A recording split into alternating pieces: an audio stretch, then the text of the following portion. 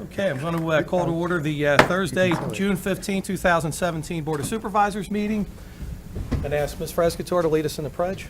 To the flag of the United States of America and to the republic for which it stands, one nation, under God, indivisible, with liberty and justice for all. And can I have a moment of silence for those serving our country both at home and abroad?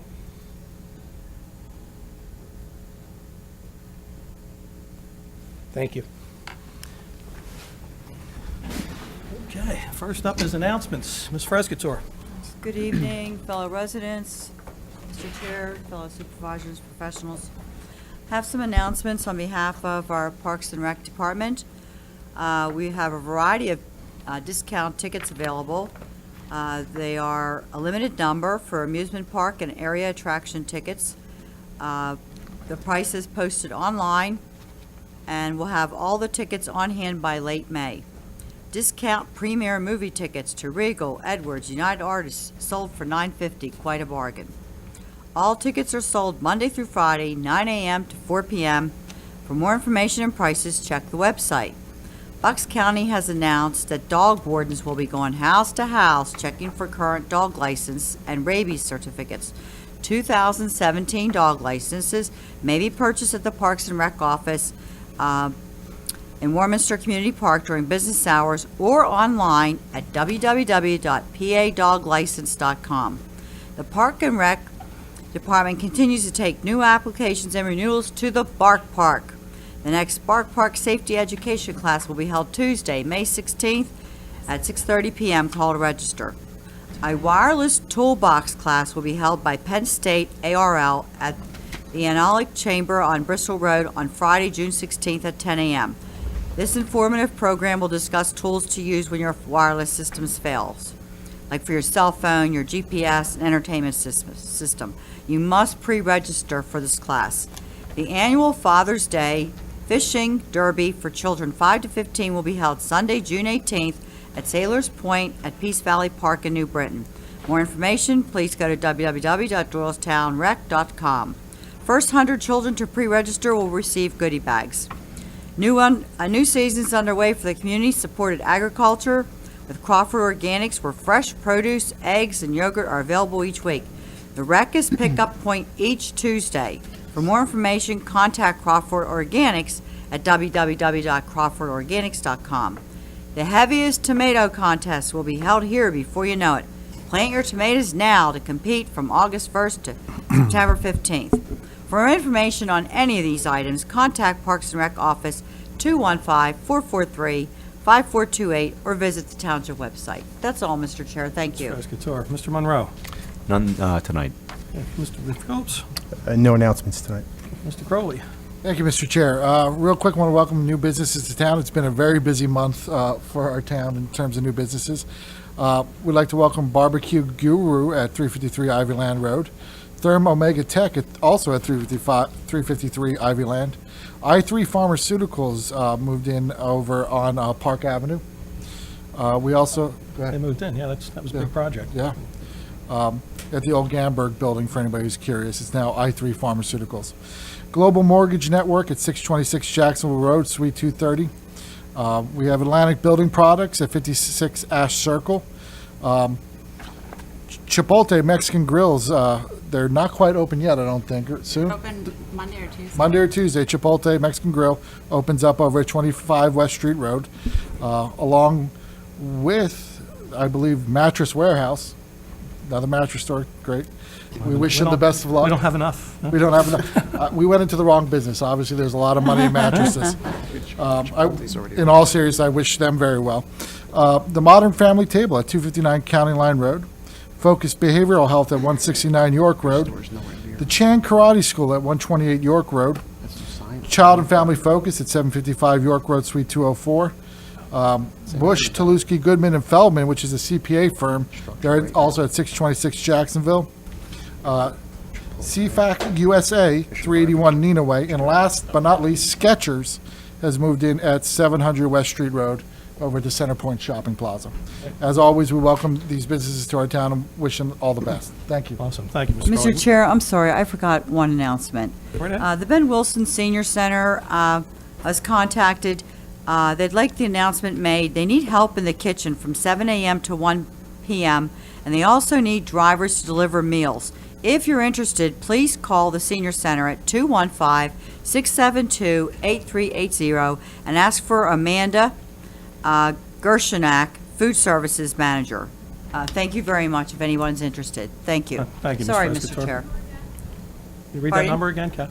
Oh, yes, 1 second. 215-672-8380. Thank you. Okay, thank you, Ms. Frescatore. You're welcome. I just have a few announcements to make. I'm going to try to move things along rather quickly tonight because we have a packed agenda, so we'll try and keep things moving. We had a brief executive session prior to tonight's meeting to discuss personnel and contract negotiations. And I have a couple other announcements. Joe Zeffrin, one of our Bucks County officials, runs the Honor Tour. He runs one for the World War II vets, and he also runs he ran one for the Vietnam vets last week. And my brother, who is a Quezon veteran, went on the trip, who said it was just phenomenal.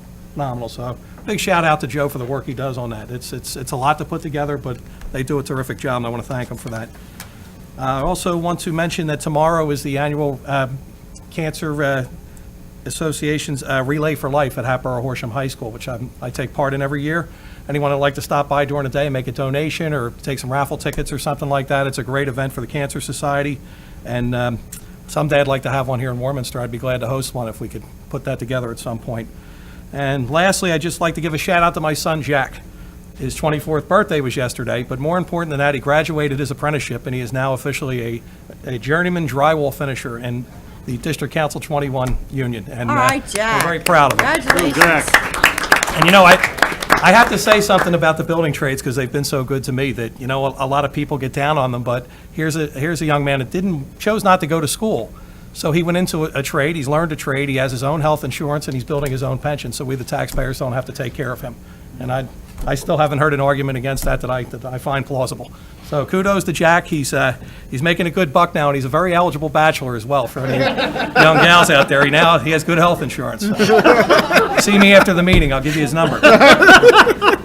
So with that, I'm going to move on to presentations, and the first one up is our state representative, Bernie O'Neill, is here to talk about the Friends of the Warminster Canines. I think Bernie has a treat for us. So.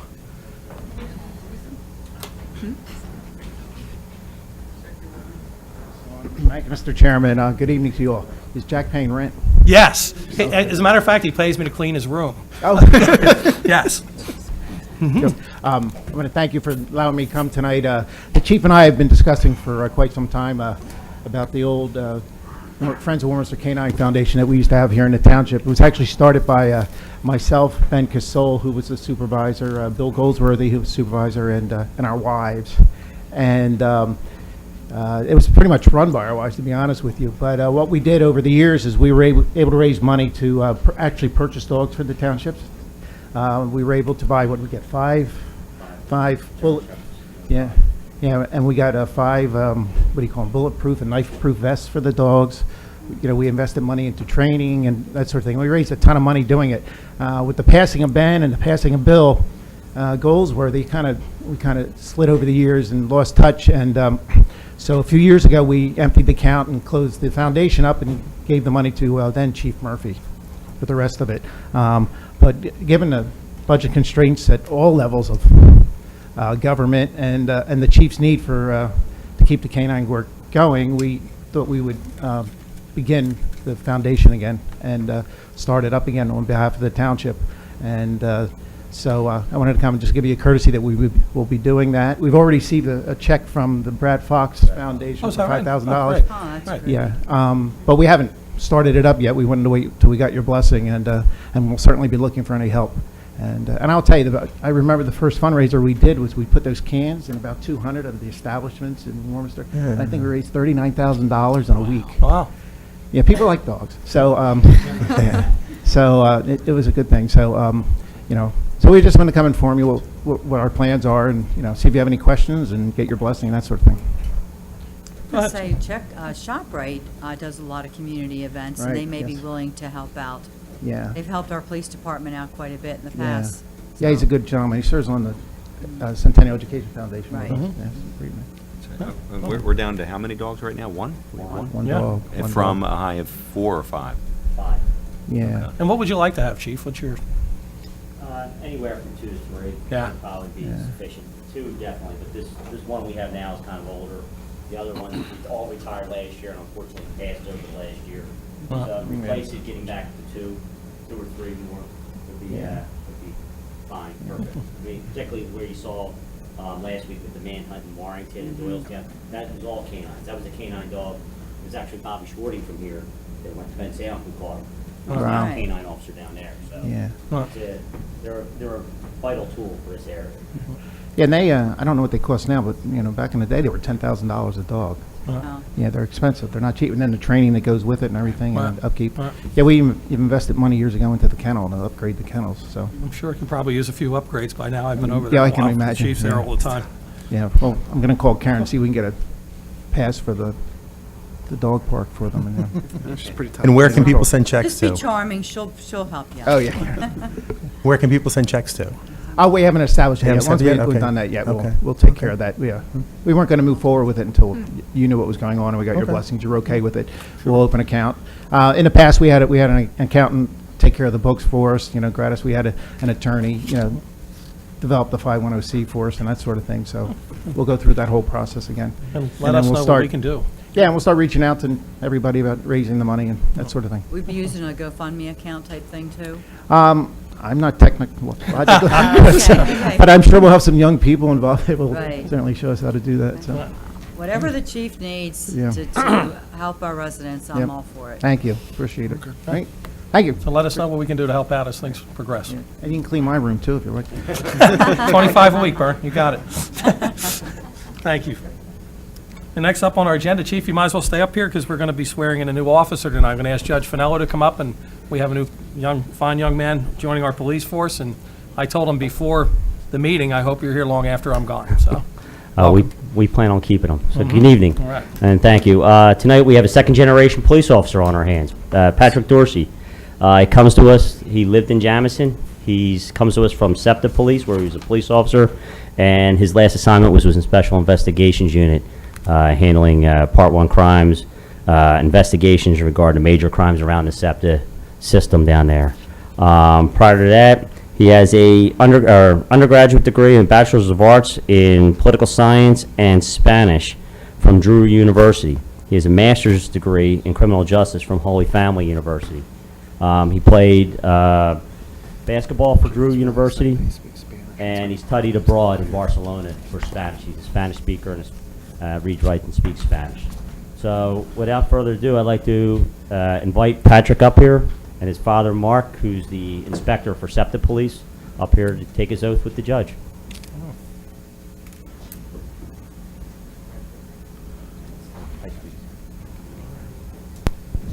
Give that to the judge. That should be on.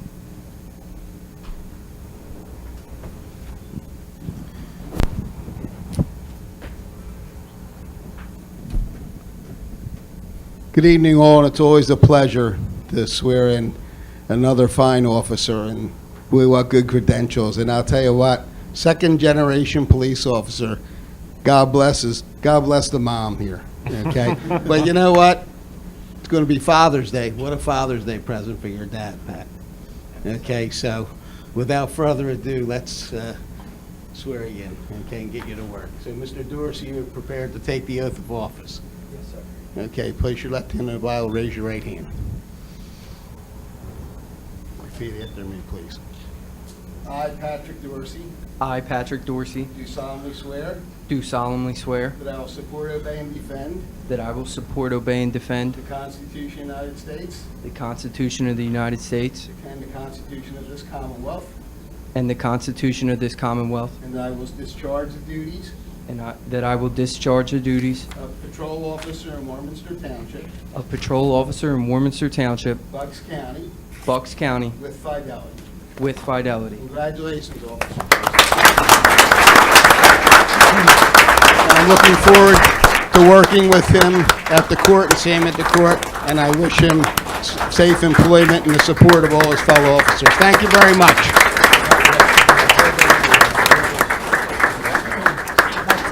Judge, if you want to stay up, I'm going to take a brief recess if you want to take some pictures. I'm going to ask for a brief recess if Patrick can take some pictures with his family. Okay, yeah, we're going to call our meeting back in. The next up on presentations is the Central Bucks EMS with Chief Chuck Pressler. Ask Chuck to come up.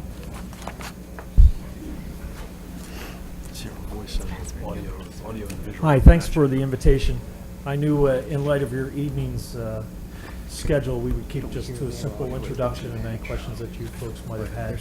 I'm Chuck Pressler, I'm the Chief of Central Bucks Emergency Medical Services. As of June 1st, 7 a.m., we started staffing a 24-hour advanced life support unit out of 555 Evergreen Avenue, where the home of Warrington Community Ambulance Corps was. Since then, we've been in service around the clock. We also staff a unit on Meyer Way in Warwick Township as well.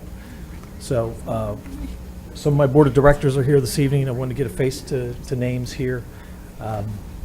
We're hoping to be a solid entity in the community as we do with other nonprofits in Doylestown and so forth. We want to assure that we provide good quality service to the residents of Warminster Township, Ivy Land Borough, and Warwick Township as well. And hopefully we can participate and help your community a little bit better. Yeah. I'll open up to the board. Any board have any comments, questions? I have a question. Are you, is it all paid, or are there volunteers as well, a mix? We have some volunteers, but not a lot. We are primarily paid. Okay. Well, that's where I got my start, was volunteering. So Sure. Me too. More volunteers, the better. Yeah. And I just want to welcome you to Warminster. I hope it seems like it was a smooth transition. I mean, everything, the coverage just didn't miss a beat, so we're grateful for that. Yeah, no, I want to echo a welcome. We've heard very good things about Central Bucks EMS. I've already seen you guys in action around the neighborhood. We hope you have a good long run with us, and we're really appreciative of you guys stepping up and helping us out. I started growing up in Warminster and worked in Warminster, so, and as with a lot of my family, so it's not too far from home for me. Welcome. I mean, if there was anybody interested in volunteering, was there a website or something they can go to? Yeah, they can visit our website, www.cbems.org, and we're still in a little transition period here on Evergreen Avenue. There's still some things that have to be done and legalities that have to be handled on the part of Warrington Community Ambulance, or Warminster Community Ambulance. Right. So we got some things to sort out, but we will get them all sorted out. And Can we post that on the website? Absolutely. Great. I want to welcome you also. We definitely need your services, and I know our residents will feel at peace that we've got a great company with a great reputation taking care of us. So Thank you. Thank you so much for being here. And I welcome anybody to visit, call, whatever. That's our thing. We like to engage in the community. Great. That's our big project. So. Mr. Schuster, do you have Yeah, just one thing I'd like to ask, and I know we talked about this. Before I do that, I want to thank you for helping us out with the situation. No one anticipated it was going to happen this quickly, and Central Bucks EMS has been fantastic. You gave me a great tour of your facility up in Doylestown. I met with you down at the Warminster station, so it's been great working with you. I just want to ask, since you're here, about the subscription program, because it's something Warminster Ambulance had for a period of time, then they discontinued it, but you have that program. And I thought if you had a minute, you could just take that opportunity to explain what that is to the public before you go ahead and start rolling it out. Absolutely.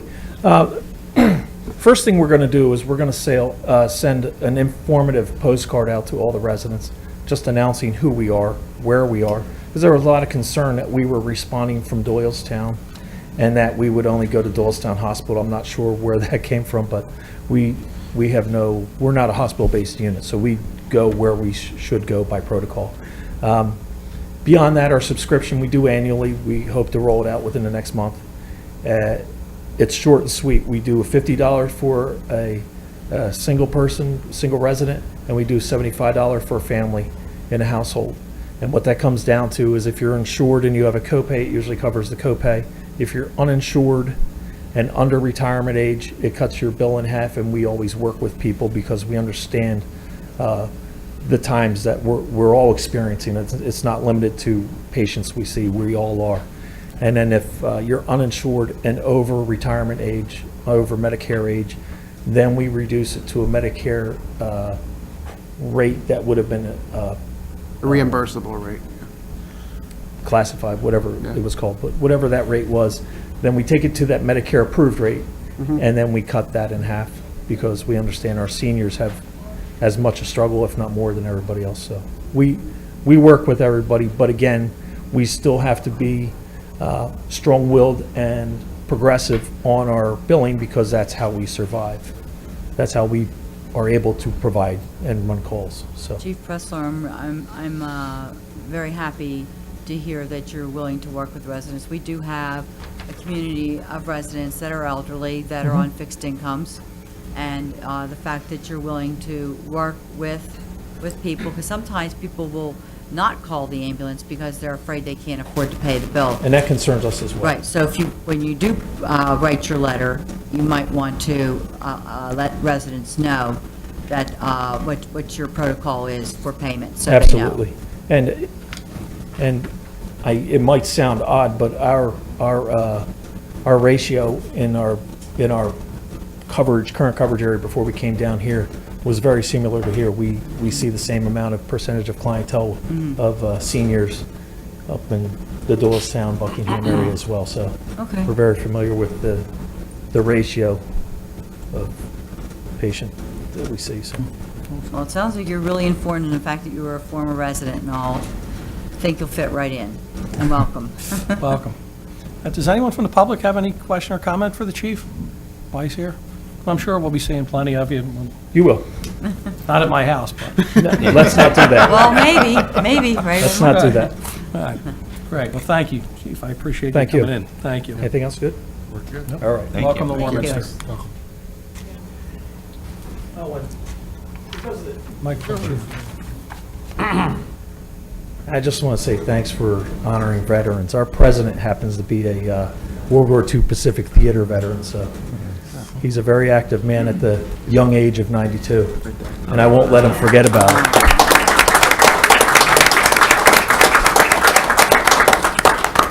Excellent. Thank you, chief. Thank you. Next up on our agenda is a Water Authority presentation. Joe Nolan is here from CKS, is the engineer for the Water Authority. Thank you. Tim Hagee had a conflict tonight, and since I was going to be here for another matter, he asked me to just give a brief update on some of the ongoing projects that we are completing in conjunction with the wells in the township. The authority continues to purchase all of its water from North Wales Water Authority.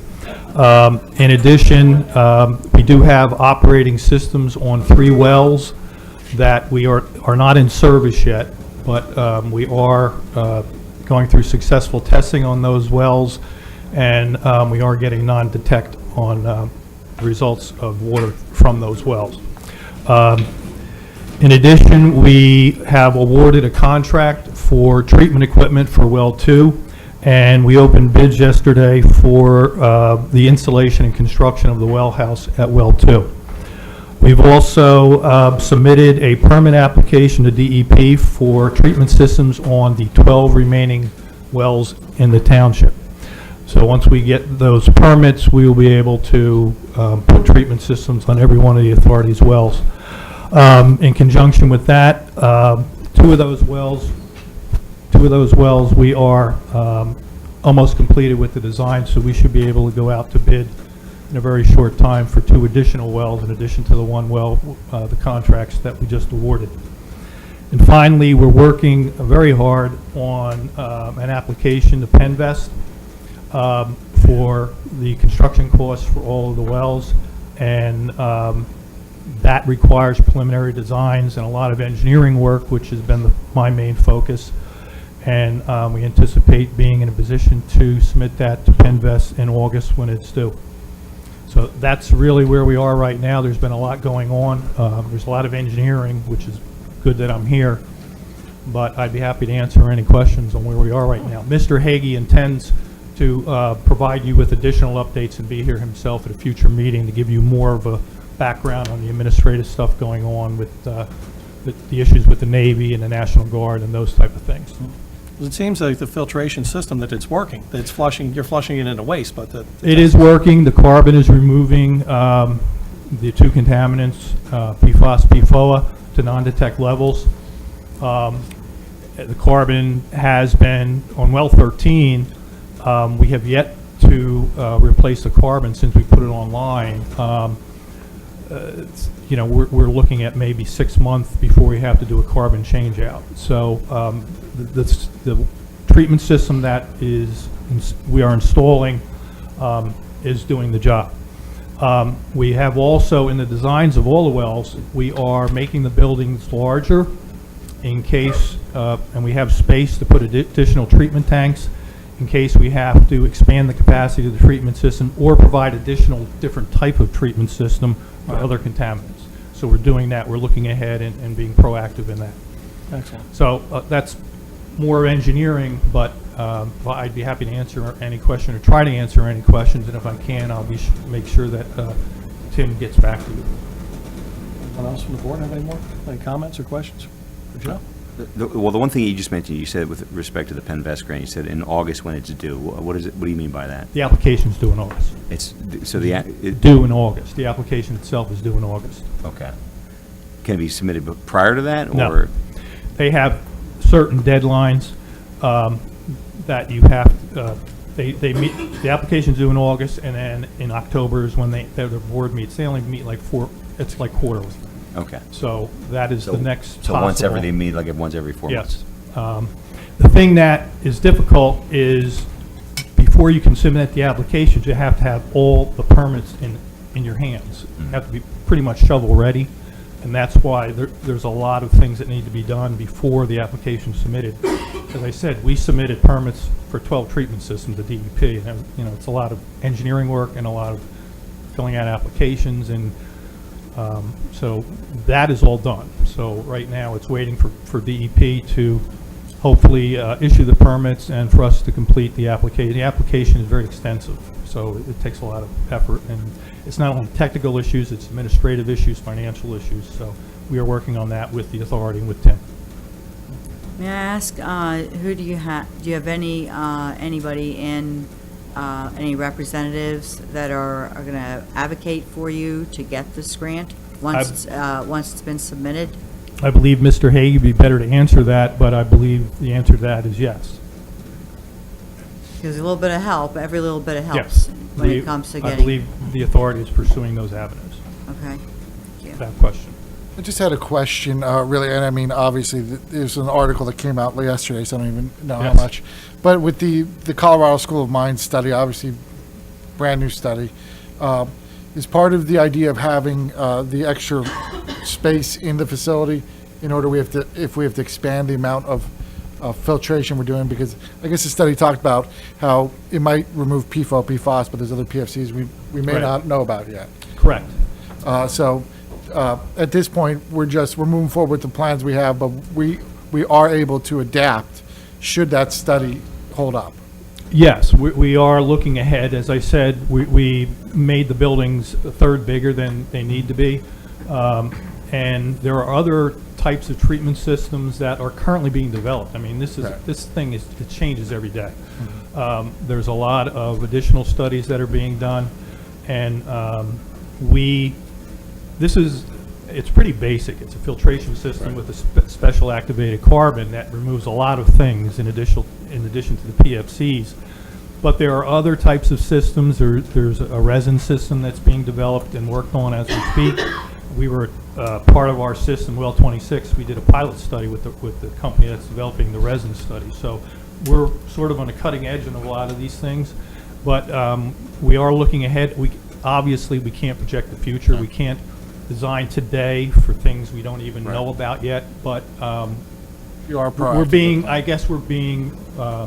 proactive to a certain extent without being outrageously, going way beyond what we need to do. I'd like to ask another question. Where are we at as far as, I know that our Mr. Schuster and Mr. Heggie have been going to Capitol Hill to try to recoup some of the monies for the increase in the water bills. Has there been any progress made in that area? I really don't know about that Mr. Hagee would be the one to answer that. I'd be happy to let him know that you asked Okay. that question. We'll get Okay. back to you. Go ahead. You might have a little Yeah, I mean, insight. unfortunately, I don't have any update for that. I think going forward, I hope we have more, or I feel we'll have more support at the state level, at the federal level. Getting things done in Washington DC is obviously a tall order. The Navy has been resolute in their stance that if it's not over 70 parts per trillion, they're not touching it.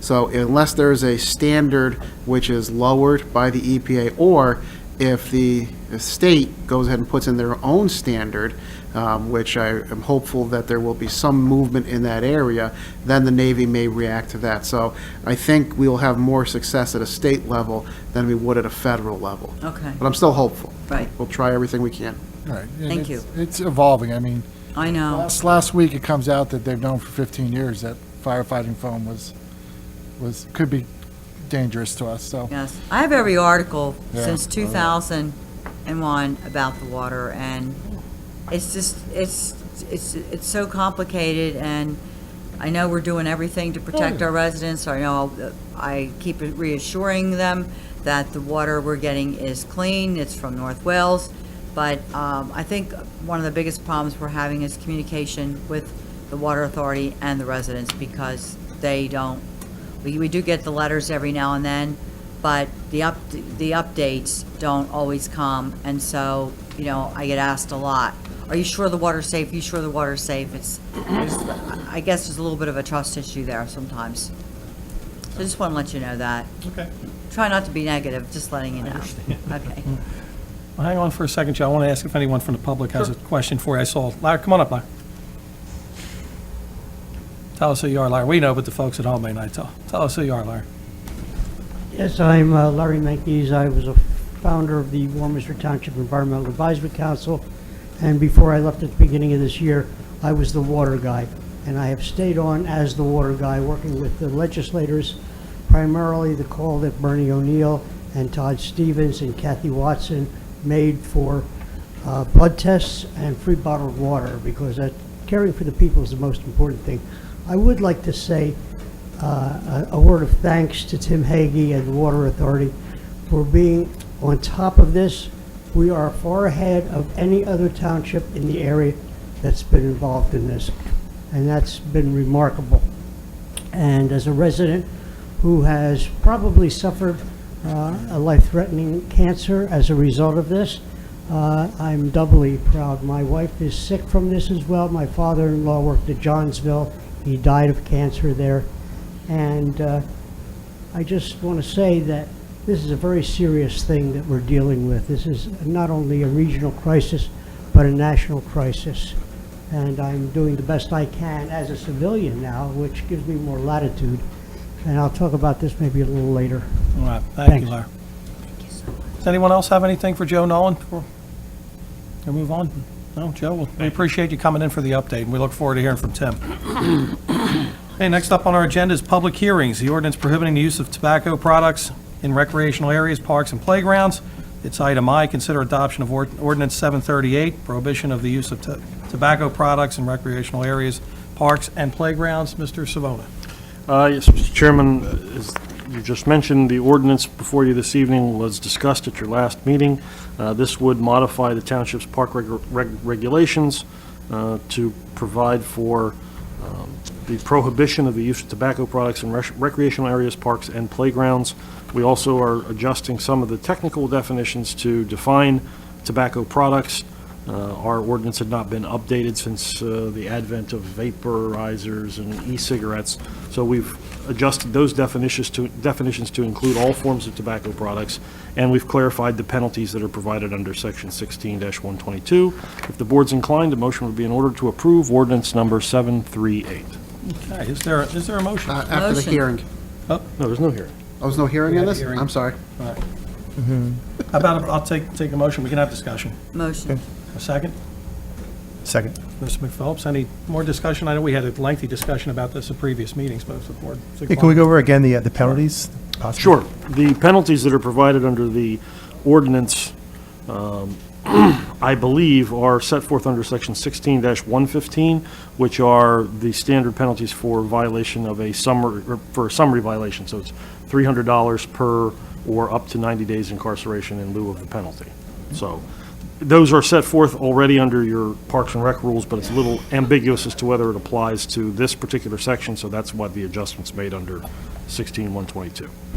I just want to say thank you to the board when I first brought this issue up as the liaison to the Parks and Rec when we had first discussed it in our meeting. And I'm very happy that this is being passed. I think it's a great example for our children. And smoke-free is great to have in our parks and recreational areas. And I just want to say thank you again to all of our fellow board members for supporting this ordinance. And thank you for crafting it, Mr. Savona. Is there any other comments from the board? Is there any from the public before we take action? Okay. Seeing none, I'm going to go ahead and call the question. All in favor? Aye. And the chair votes aye. Motion carries. Good. That's a good one. Okay, next up on tonight's agenda is the public comment. Township residents have the opportunity at this time to comment on any non-agenda items, subject to the 5-minute guideline as recognized by the chair. Are there any public comment? Larry, come on up, bud. I'll get you next. I was very upset by the article in the Intelligencer last Friday. I'd like to read a little part of it into the record, because a lot of people think that the EPA is the be-all and end-all for standards and values, but according to the Washington Post, early this year, they were shown to be a corrupt organization.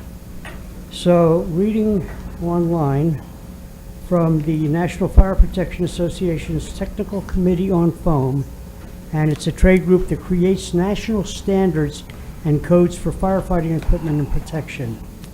This is from their meeting. The chair, Chris Hanasuka, led off the meeting saying that PFOS and PFOA-based foams represented a threat that would at the very least lead to substantial changes in NFPA's foam standards. The statement goes on to talk about there was a lot of industry representatives there, and this is what really got my attention. The minutes say Hanuska noted that PFOS was shown to have PBT traits: persistence in the environment, bioaccumulative in animals, meaning that the chemical accumulates in animal bodies, and we are animals, and toxic. He said, exhibition of one of these traits is bad, 2 makes its use questionable, and when all 3 are present, it is a death warrant. PFOS has all 3. And these are in the minutes, and that is the basis of which the legislators I've been working with are working with and trying to do that. We have our 101 veterans that are set up for blood tests. We're going to begin raising money for this. It'll be $36,000 at a discounted rate, and we'll have more on this later. But I think the vets are going to blow this out of the water because they've all agreed to let their numbers get out there. I think it may be too late to wait another 2 or 3 years until some of us die with the worst loading. So stay tuned. Thank you. Well, thank you, Larry. Keep up the good work. Is anyone else for public comment? Sure, come on. I have an issue. Now's the time. Sure. Hey, give us your name and address, please. My name is Andrew Good, 1228 Ben Lane. I have pictures here of what my problem is. I'd like to send it to you. At the end of last year, they paved Ben Lane, and I'm at the end of the cul-de-sac of Ben Lane. And ever since they paved Ben Lane, now my driveway is the runoff for Ben Lane. I've called the street authority or whatever you want to call them.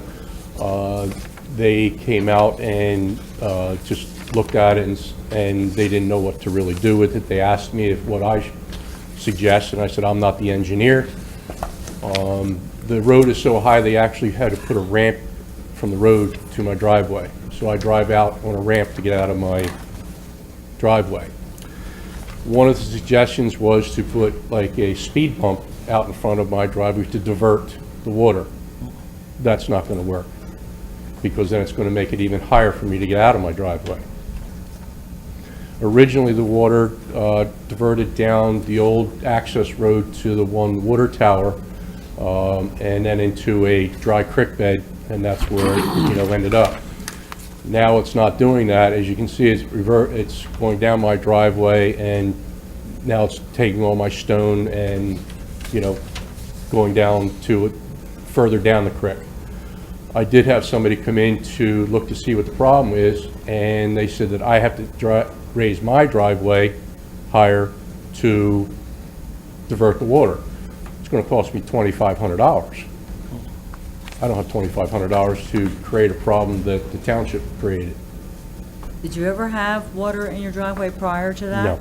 No, ma'am. And did you speak to one of our engineers? I spoke to whoever's in charge of the authority for... Public Works, you mean, sir? Public Works was it? Yes, Public Works. Public Works. Yeah. Okay. I'm going to Karen, do you have anything that you bet to could... Mr. Schuster. add? He might have Yeah. some ideas for a remedy here. I don't have any ideas off the top of my head, but I would like to go ahead and talk to our Public Works Director about this, make sure he can go on site and see what we can do. Can you do me a favor? Can you give your contact information to Amanda right over there? Yes, sir. And we'll be in contact. I was looking at the pictures. Obviously, there's an issue there, but we'll take a look at it, obviously, and see what Yes. the remedy could be. Yes, I hope there is a remedy, because, like you said, it's every time it rains, I'm the end of the run. Yep, there's no doubt there's a problem here. Yes, sir. Great. Thank you. Well, thank You're you. welcome. Thank you for coming. And that's a real example there that if we don't know there's a problem, there's not Right. much we can do about it, so. Right. Yeah, hi, Ed Chadra. You are? Hi, Ed Chadra, 779 Pelham Avenue.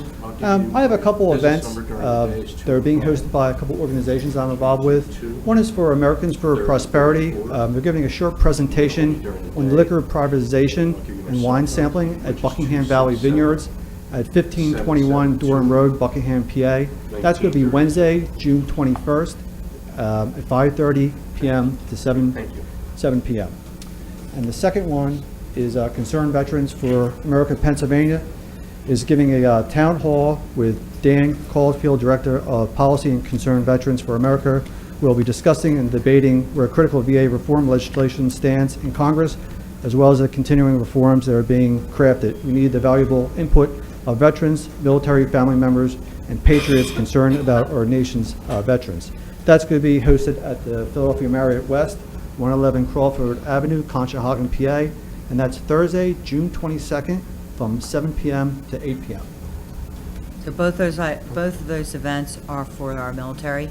The first one's for the military, the second one's for the military, and the first one is about liquor privatization. Okay. Okay, I'll leave these brochures on the back table if anyone wants to get a copy of them. Thank you. Thank you. Anyone else for public comment? Sure, come on up, sir. My name is Bart Natalizio. I reside at 1059 Valley Road. I've been, also own 5 other rental properties in Warminster. A property that I own at the corner of Beach and Evergreen, I've purchased it 14 years ago. I had one tenant for 13 years. During the last 5 years, this poor tenant has woken up at 1 a.m. and 2 a.m. every single day of the week from a Blue Eye hookah bar. So she finally got disgusted and moved. Now I can't rent the property anymore because no one wants to live there. I purchased the property for the rental income, but also for the long-term appreciative value. Now I'm going to experience diminished value because of this place. My tenant constantly called the police, but by the time they get there, the disturbance is over. There's 18, 19, 21-year-olds. They bring your own bottles, so there's drinking inside, but you don't know who's doing the drinking. This is the hookah bar, you say? Hookah bar, yes. Okay. Yeah, we've had issues with that. Yes. Yes. And when they leave, they fight, they yell, holler, every single time. And they burn their tires and they race their engine. As they come out of the driveway, they throw bottles and cans at my lawn. I'm going to experience diminished value because I'm going to sell the property now. What I'm asking, I realize the police department is busy, But I appreciate if at any time that it's available, that they could have a marked police car there at their closing. It's only for 10 minutes and then they're gone. Do you call the police? Constantly. And they come, but by the time they come, Everybody's the gone. disturbance Right. is gone. But everybody's woken up. Right. I mean, I've purchased the property, and it was a nice, peaceful neighborhood. This place has been there for 5 years. I've owned it for 14. We've had problems with Yeah, that. we've cited them in the Yes. past. Yeah.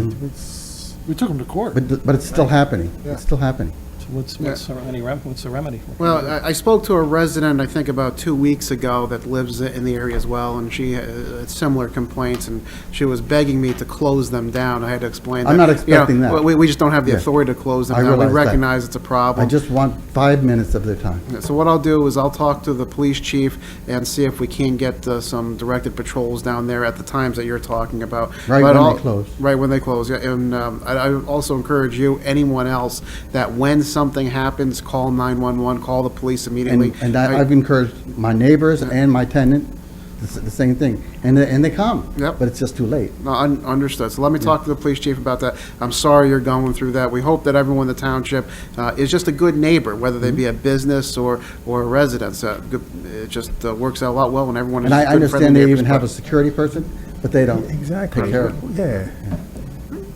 Mr. Schuster, correct me if I'm wrong, but we took this guy to court.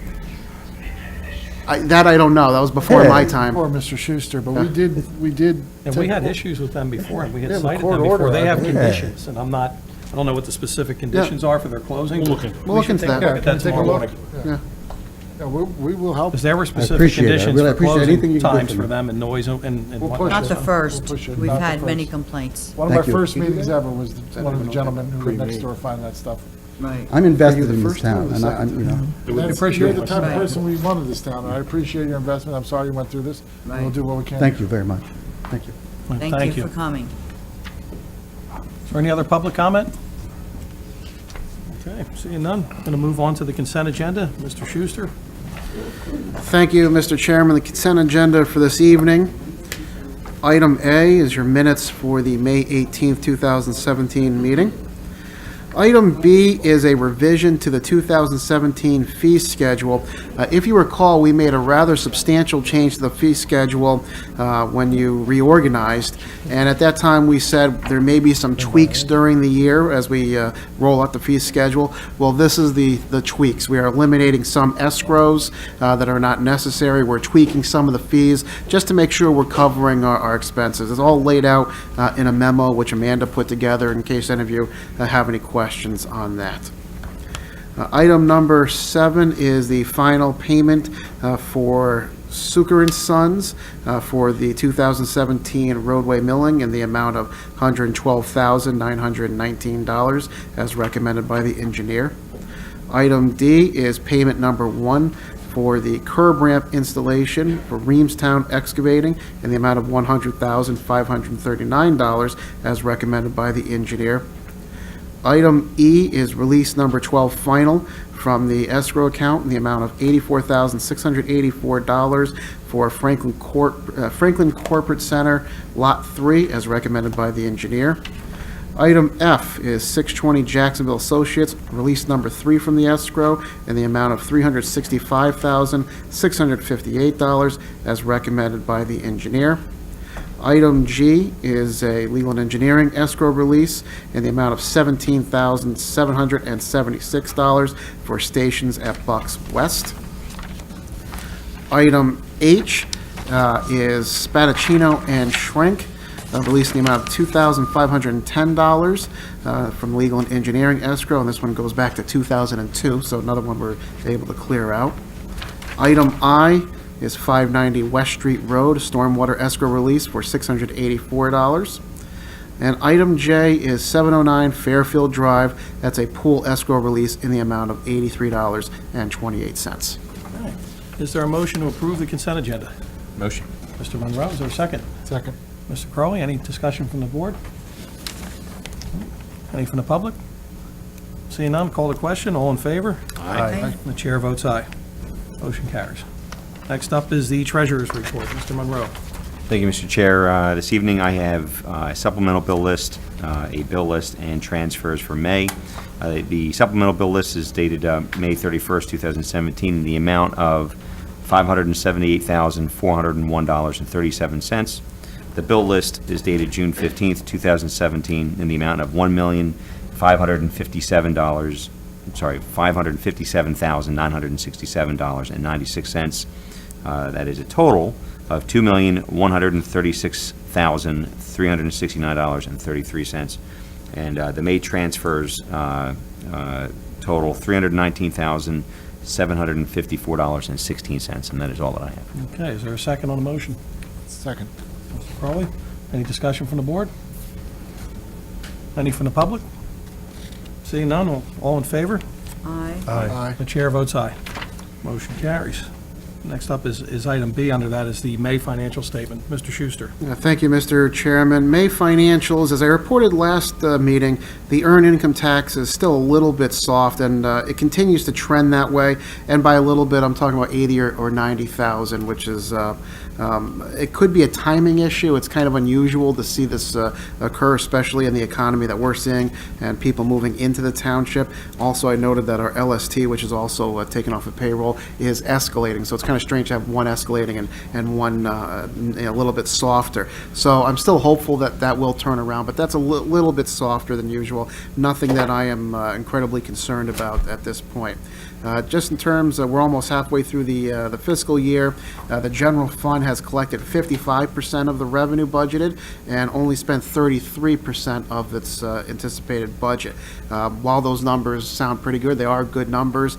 Keep in mind that we have just received the bulk of our real estate tax revenues. That's why the revenue was a little bit on the higher side, and we still have some larger payments to make throughout the year. But everything seems to be trending appropriately. I don't have any major concerns when it comes to the budget and financials. Okay. And our tax collector is in the room, Mrs. Loftus. We appreciate you getting that money right in for us, Bobby. Thank you. Okay, anyone have anything for Mr. Schuster on the financials report? I do not. Okay. We don't have any unfinished business tonight, so I'm going to move right on to new business. And item A is advertise intergovernmental recycling agreement ordinance. Mr. Savona, you want to take that one? Certainly, Mr. Chairman. This is really a ministerial matter. The township is party to an agreement with Northampton Township, Lower Southampton Township, and Upper Southampton Township regarding the collection and submission of residential and commercial recycling data under the Pennsylvania DEP 904 recycling grants. Basically, Ho Associates, who's our consultant, collects all of the data, submits it on behalf of all the municipalities, and we are given recycling grants by DEP for that. That agreement under the Intergovernmental Cooperation Act is required to be approved by ordinance. This ordinance, if advertised and approved, will simply approve that existing agreement. So it's one of the things I think in a routine audit, DEP pointed out they needed an ordinance on record. So we'd recommend the board authorize advertisement of the proposed ordinance to approve the Intergovernmental Cooperation Agreement. Is there a motion? Motion. Ms. Frescatore, second? I'll second. Mr. Monroe. Any discussion from the board? I just have one question. Does this include all recycling? I believe that the data he pulls from includes both residential and commercial. Yes, it does. It doesn't include the e-waste program that we just did, Okay. but all the other recyclables. I believe it falls, it's Okay. either 902 or 904 grant program Yeah. that it falls under. But yes, if you ever want to see the reports, all haulers that are authorized in any township provide these, I believe, on a quarterly basis, and Okay. the amount of tonnage that they take in. Thank you. You're welcome. Any other discussion from the board? Any from the public? Seeing none, I'm going to call the question. All in favor? Aye. Aye. The chair votes aye. Motion carries. Okay, next one up is item B, Land Development 217-01, Warminster Municipal Authority Waiver of Land Development. Mr. Savona. Yes, Mr. Chairman, this is application for waiver of land development 2017-01. The Warminster Municipal Authority is requesting a waiver of land development for tax map parcel 49-36-90, which is situated in the government zoning district along Log College Drive at Spark Drive, containing approximately 17.64 acres. The lot currently contains a wastewater treatment plant, and the applicant is proposing to install a storage tank and replace a related pumping station, as well as constructing a storage building with a driveway. The plan has been reviewed by the township engineer, the zoning officer, and the fire marshal. Those letters are included in your packet. Applicant's attorney, Mr. Nolan, is here this evening. Any comments or explanations or details you want to give the board? Thank you. There are two small additions that the authority is looking to install, construct on the site. I don't know if I don't have a pointer, but the storage tank is 25 foot in diameter, 25 foot high, covered, sealed. It will be one of those AquaStore blue tanks that you see. That will be used to store. Oh, thank you very much. That's the centrate storage tank. That will be used to store centrate, which is the liquid from the centrifuge, in order to blend it back into the process over a 24-hour period rather than the 8 hours that it operates. It'll just equalize the load to the treatment plant, make the treatment plant operate more efficiently.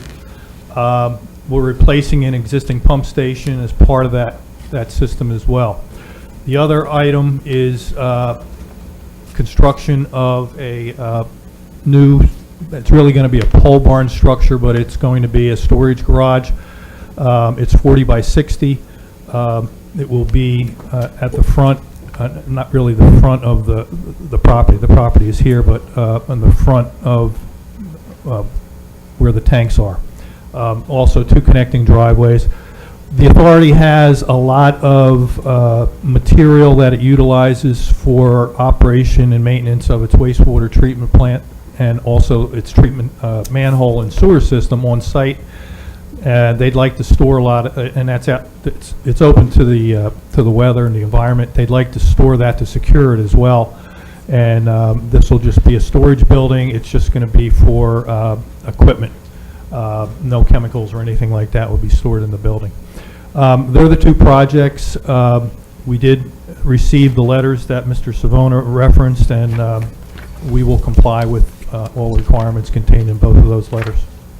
I'd be happy to answer any questions.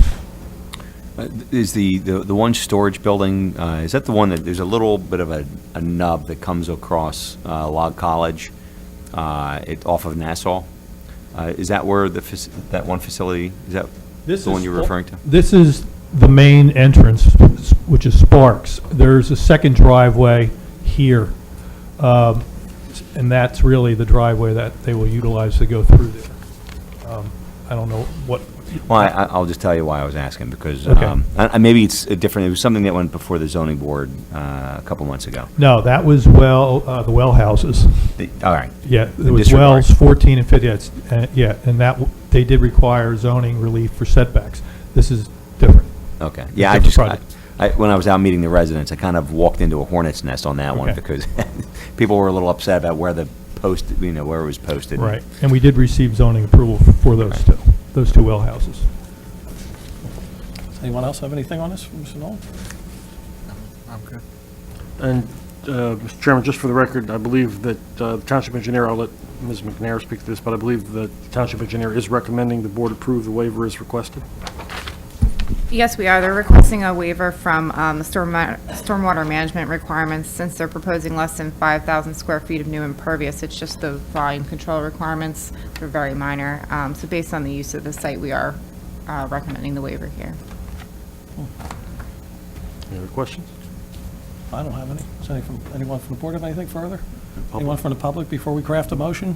Any questions? Comments? No? Okay, well, I'm going to go ahead and ask you to craft a motion, Mr. Savona. Certainly. If the board is inclined, Mr. Chairman, the motion would be in order to approve waiver of land development application 2017-01 for tax map parcel 49-36-90, to approve the waiver of land development plan of the Warminster Municipal Authority dated June 6, 2017, subject to the applicant's compliance with the Township Engineer's review letter dated June 7th, 2017, the Zoning Officer's review letter dated June 7th, 2017, and the Fire Marshal's letter dated June 8th, 2017, and subject further to any of the normal terms and conditions to be contained in the approval letter to be issued by my office subsequent to this board's action. Okay, is there a motion? So moved. Mr. Crowley, is there a second? Second. Mr. McPhillips, any further comments? Questions from the board? Any from the public before we take action? Okay, seeing none, going to go ahead and call the question. All in favor? Aye. Aye. The chair votes aye. Thank you, and I Motion appreciate carries. the Thank you, township's Joe. assistance throughout this process. Thank you, Mr. Nolan. Okay, next up is item C, Land Development 2008-07, Giuseppe's amended final land development. Mr. Savona. Yes, Mr. Chairman, this is the time and place set for consideration of an amended final land development plan approval. As the Chair indicated, this was originally application 2008-09. The subject property is tax map parcel 49-1-3-2, located on the western corner of the intersection of Street Road and Delmont Avenue.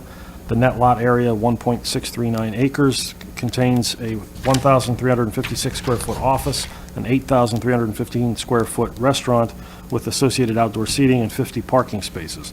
This board previously approved the final land development plan at a public meeting on February 24th, 2011, and a waiver of certain plan conditions was approved by the board on May 5th, 2016 to permit outdoor seating. Applicant now proposes to amend the final land development plan to remove the existing office building and construct 20 additional parking spaces. Our zoning board granted variances to permit the proposed parking spaces to be in the setback 33.8 feet from Street Road on January 25, 2017. There are additional proposed improvements, including landscaping between the proposed parking spaces and Street Road right-of-way, relocating 2 existing light fixtures, and installing 2 additional porous pavement areas for stormwater management. The applicant is present this evening, represented by Attorney Kurt Schaefer. Good evening, Mr. Schaefer. Good evening. Good evening, gentlemen and ladies. I have before me only 3 review letters. I can move through them very quickly. The Gilmore review letter of May 30th, except for the waivers, the one waiver in there regarding porous pavers, everything is a will comply, and the board should have a waiver letter from me with respect to that one item. Let's cover that now, Mr. Schaefer. The requested waiver is from the requirements of Stormwater Management Ordinance Section 425G 3 and 4, which is a request to permit porous pavement on soils with an observed infiltration rate of 0.14 inches per hour. Can you give us a brief explanation of the basis for that waiver and I'm going to defer to our engineer for that. Good because call. That's more of an engineering matter. I don't dabble there. Good evening. My name is June Pack. I'm with Trans-Pacific Engineering. Well, the engineer would support the waiver if we can prove that it will drain in 72 hours, which we can. I'm just throwing out a number here. It's 60 hours, but I'll provide you with the appropriate calculations. Okay. Karen? Yes, we support the waiver. The minimum infiltration rate required is 0.2 inches per hour, but we feel that if they can show that the impounded water dewaters within the 72 hours, which is the requirement that we're more concerned with, then we would be fine with the waiver request. Okay. And in all other respects, you're willing to comply with the review comments, Mr. Schaefer? That is correct. And no other waivers? No other waivers. Any other issues, Karen? I'm not sure if the township wants to discuss the landscaping that's proposed along the frontage. The zoning hearing board had required some additional screening, and I believe they said they would comply with that. That is correct. Ready? Open it up for discussion. Is that additional screening, was that including, there was a document that I had pulled prior to the meeting, and I can't seem to find it right now, but it was referencing trees. I'm the tree guy. So along the frontage, specifically where the building, I know there's a lot of pre-existing trees that are going to be along the front that are not going to be touched. Yes. But where the building's going to be removed, will there be some tree plantings there? Yes, one of the conditions of the zoning relief was, in addition to landscaping, was that we provide a minimum of 3 foot high buffering. The board sort of left it up to the applicant. Do you want to put a wall? Do you want to put trees? Do you want to put shrub? But I think we have decided on the shrubbery aspect of it, and I think the only thing we need to do is to make sure when we put them in, they're 3 feet high. Okay, so in that one section, not trees, it'll be shrubs. Correct. There'll be a 3 foot wall of shrubbery along the area that encompasses the parking. What's the issue with planting trees rather than the shrubs? The issue really stems from residents across the street at the Five Ponds location who were concerned that the existing building to be demolished blocks headlights from their community. And they wanted to make sure, they weren't necessarily, if I can speak for them, concerned about not seeing the building or anything. They're concerned about headlights. And so the 3-foot-high buffer was determined to be sufficient to block the headlights of any cars that pull into that parking lot, which would be facing Street Road. Okay. Any way to squeeze out a couple of plantings in that one location? Certainly. Certainly that the applicant will work with the township engineer to install whatever is necessary. Like I said, I'm the tree guy, so I got to bring it up every month. That's all right. And I agree with him. We love our trees. We're trying to green up the township. Anything else? Does anyone else have anything? Any comment from the public? Sure. Oh, no, we spelled Giuseppe's wrong. Oh. So I have to apologize to Mr. Giamo. I apologize. We'll get it right on the approval. Right. Okay, seeing none, I'm going to ask Mr. Savona to go ahead and craft a motion. Mr. Chairman, if the board's inclined, a motion would be in order to approve the application for amended final land development plan approval for Giuseppe's Pizza and Family Restaurant, application 2008-09, subject to the applicant's compliance with all of the recommendations contained in the Township Engineer's Review Letter of May 30th, 2017, the Township Zoning Officer's Review Letter of June 1st, 2017, and the terms, conditions, and provisions of the Zoning Hearing Board decision and order dated January 25, 2017, subject to the applicant being granted a waiver from the requirements of Section 425.G3 and G4 of the Township Stormwater Management Ordinance to permit porous pavement on soils with an observed infiltration rate of 0.14 inches per hour, subject to the applicant demonstrating infiltration within 72 hours to the satisfaction of the township engineer. That waiver would be conditioned upon the applicant revisiting the landscaping and the spaces between the parking lot and street road to include additional trees as recommended by the township engineer. Okay, is there a motion? So moved. Mr. McPhillips, is there a second? I'll second. Mr. Monroe, is there any other comment from the board, questions from the board? Any from the public? See, none. The only comment I have is I serve in the Rotary Club with Mr. Giamo, and you won't find a more generous businessman in Warminster, other than Hector, who's in the room tonight, too. We have a pleasure tonight having two of the most generous business people in Warminster in the room tonight. So I just want to say on behalf of the public how much I appreciate, I know what Mr. Giamo does for the community. So with that, I will call the question. All in favor? Aye. Aye. Chair votes aye. Motion carries. Thank you. Thank you. folks. Thank you, Mr. Schaefer. Thank you, Mr. Giamo. Good luck. While clerk gathers his stuff up, I'm going to move on to item D, Land Development 2016-9, Bucks Bagel, preliminary and final. Land Development approval, Mr. Savona. Mr. Chairman, moving right along, this is application 16-09, Guerra HLA, Bucks Bagel, preliminary final land development approval. The applicant is proposing to redevelop the 56 square foot site located on York Road within the C1 Commercial Zoning District. The site currently contains a 1,459 square foot building, which operates as a restaurant, a 726 square foot accessory building, and an off-street parking area. The applicant is proposing to remove the existing building and to replace it with a 2,592 square foot addition onto the existing 726 square foot building. Additional improvements will include reconfiguration of the parking area and outdoor seating for customers. Access drive from York Road will remain. The site will be served by public water and sewer. Mr. Schaefer, I believe this one is yours as well? That's correct. And this has been a long time coming. It has, to a certain extent, yes. I think everyone's familiar with the project. I have before me the Gilmore review letter of May 30th. Everything that isn't a waiver is a will comply, and the waivers were itemized in my letter of June 6th of this year to the board. With respect to the review letter beyond that, I only wish to make two comments. The first is that I just want to stress to the board that while the proposed new structure is both a restaurant and an office use, the office use is for Mr. Guerrera solely on the second floor. It's not going to be rented out to a third party or anything along those lines. And the other item with respect to the Gilmore letter is comment B9.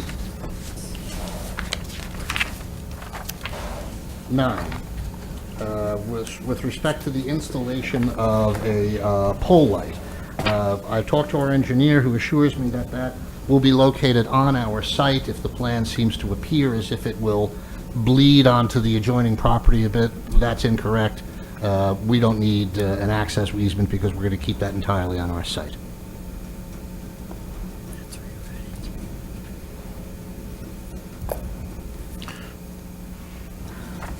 Are you satisfied it's accurate, Karen? Yeah, I mean, if we get a revised plan that shows that it's on that lot, I don't have a problem, and we would not need an easement. And you're indicating shall. you can revise the plan to Certainly. clear that up? Certainly. Okay. All right, so just so we have it, Kurt, the waivers that are being requested, as you indicated, are contained in your June 6th waiver request letter.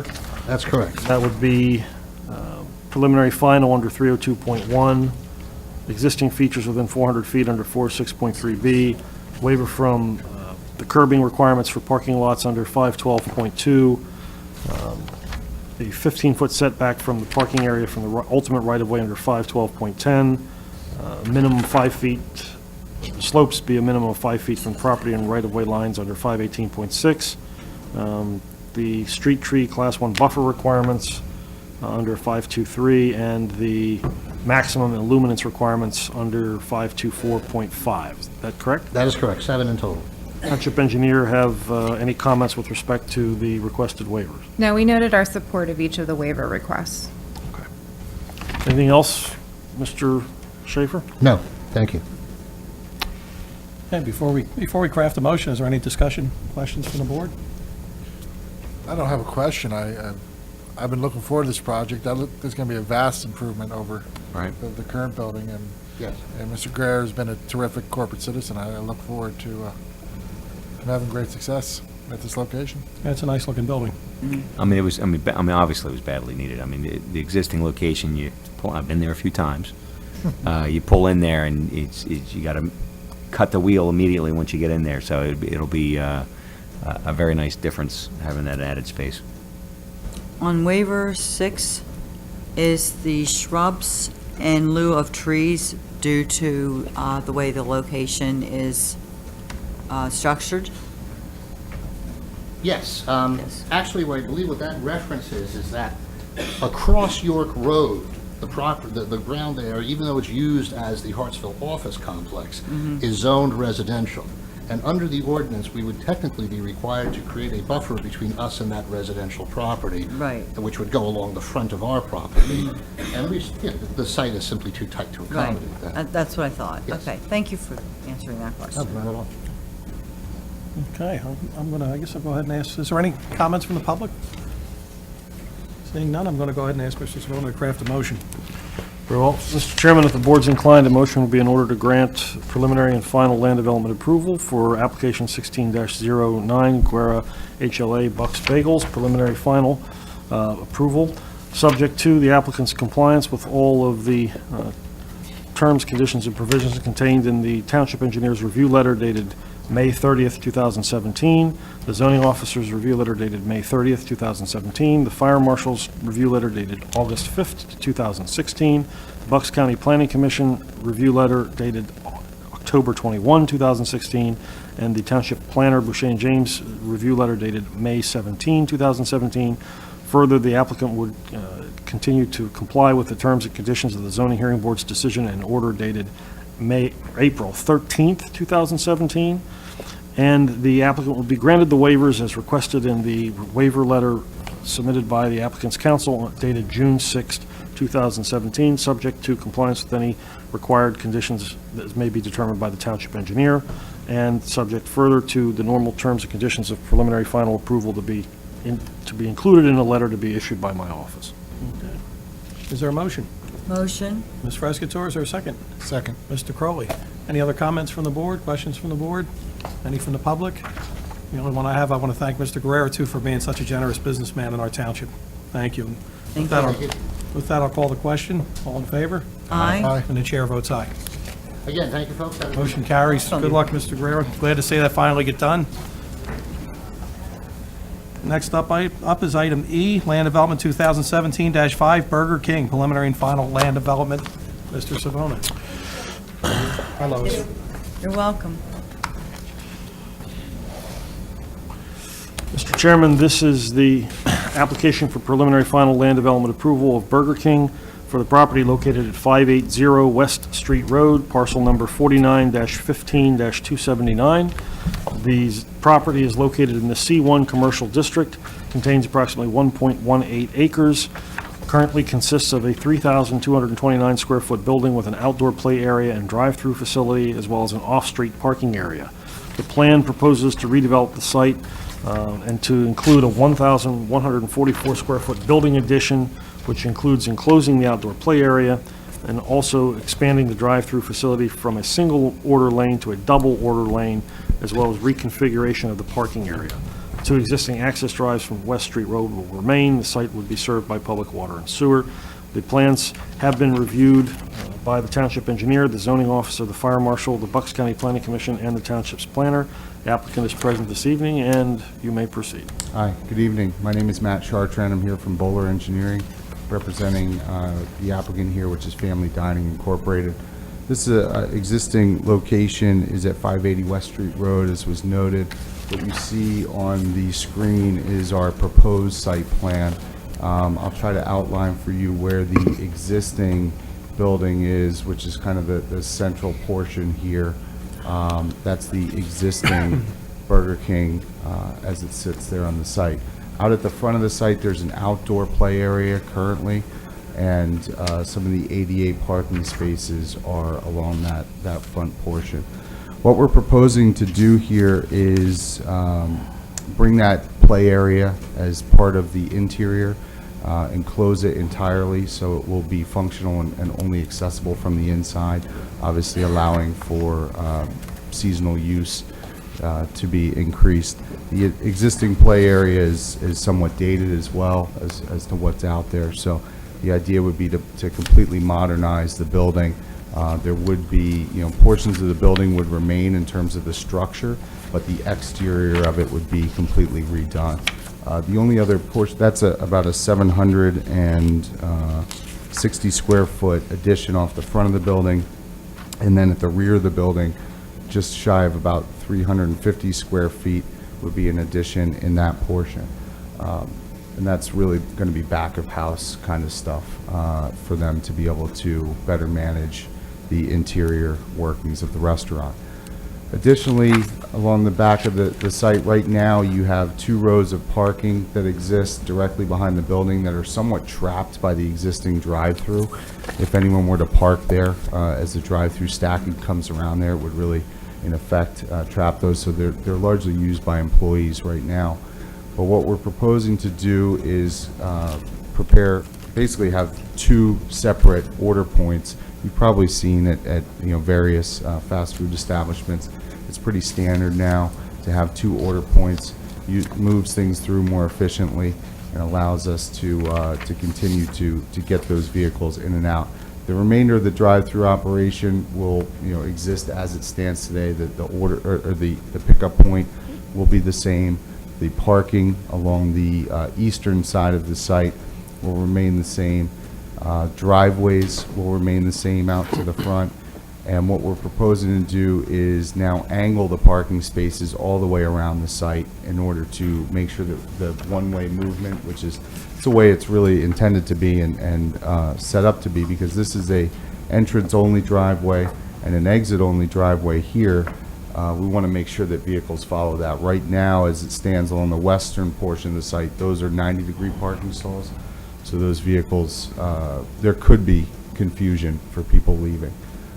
The other addition that we are adding here, is what we would call a wrap lane around the front of the building, where that existing play area is, to allow anyone coming from the eastern side of the site to be able to get back to the western side of the site without having to actually exit out onto Street Road, which we think is a much safer scenario. So in total, that's really what we're proposing from a land development standpoint. I think there are some renderings of the existing the proposed building as well, and some photos from another location. The photos are from a location in West Norriton at West Main Street and Trooper Road, if you're familiar with that area at all. And what is being proposed here would be basically directly similar to what you see in terms of the types of materials. the different offsets and different types of materials to break up the building. Hopefully you believe it to be much more attractive than what's out there today. Got a little competition now. Yeah. So, the franchisee here at Family Dining owns 31 area Burger King restaurants. They're going through kind of systematically looking at opportunities to improve them. And this one is next for us here to try to get this. We've done about 6 or 7 so far working with them, and they've all been very successful and much improved. Well, my 6-year-old and my 9-year-old vote yes on the playground. Good. Good, I good. did ask them, they said. Excellent. My husband loves Burger King, and on a township note, our comprehensive plan board has been looking for businesses to come in and to fit in with our plan, future plan for our town, and that's a very nice structure, and you did a real good job with that. Thank you. Thank you. All right, Mr. Chairman, there are approximately, I think, 11 waivers that have been requested in conjunction with the plan. Those waivers actually are detailed in your May 23rd waiver request letter, Matt, the one that, and it's been updated to reflect the current section numbers of the subdivision ordinance. Correct, yeah, that's the only thing I wanted to note there, that there were additional, or there were some sections that required revision. All right.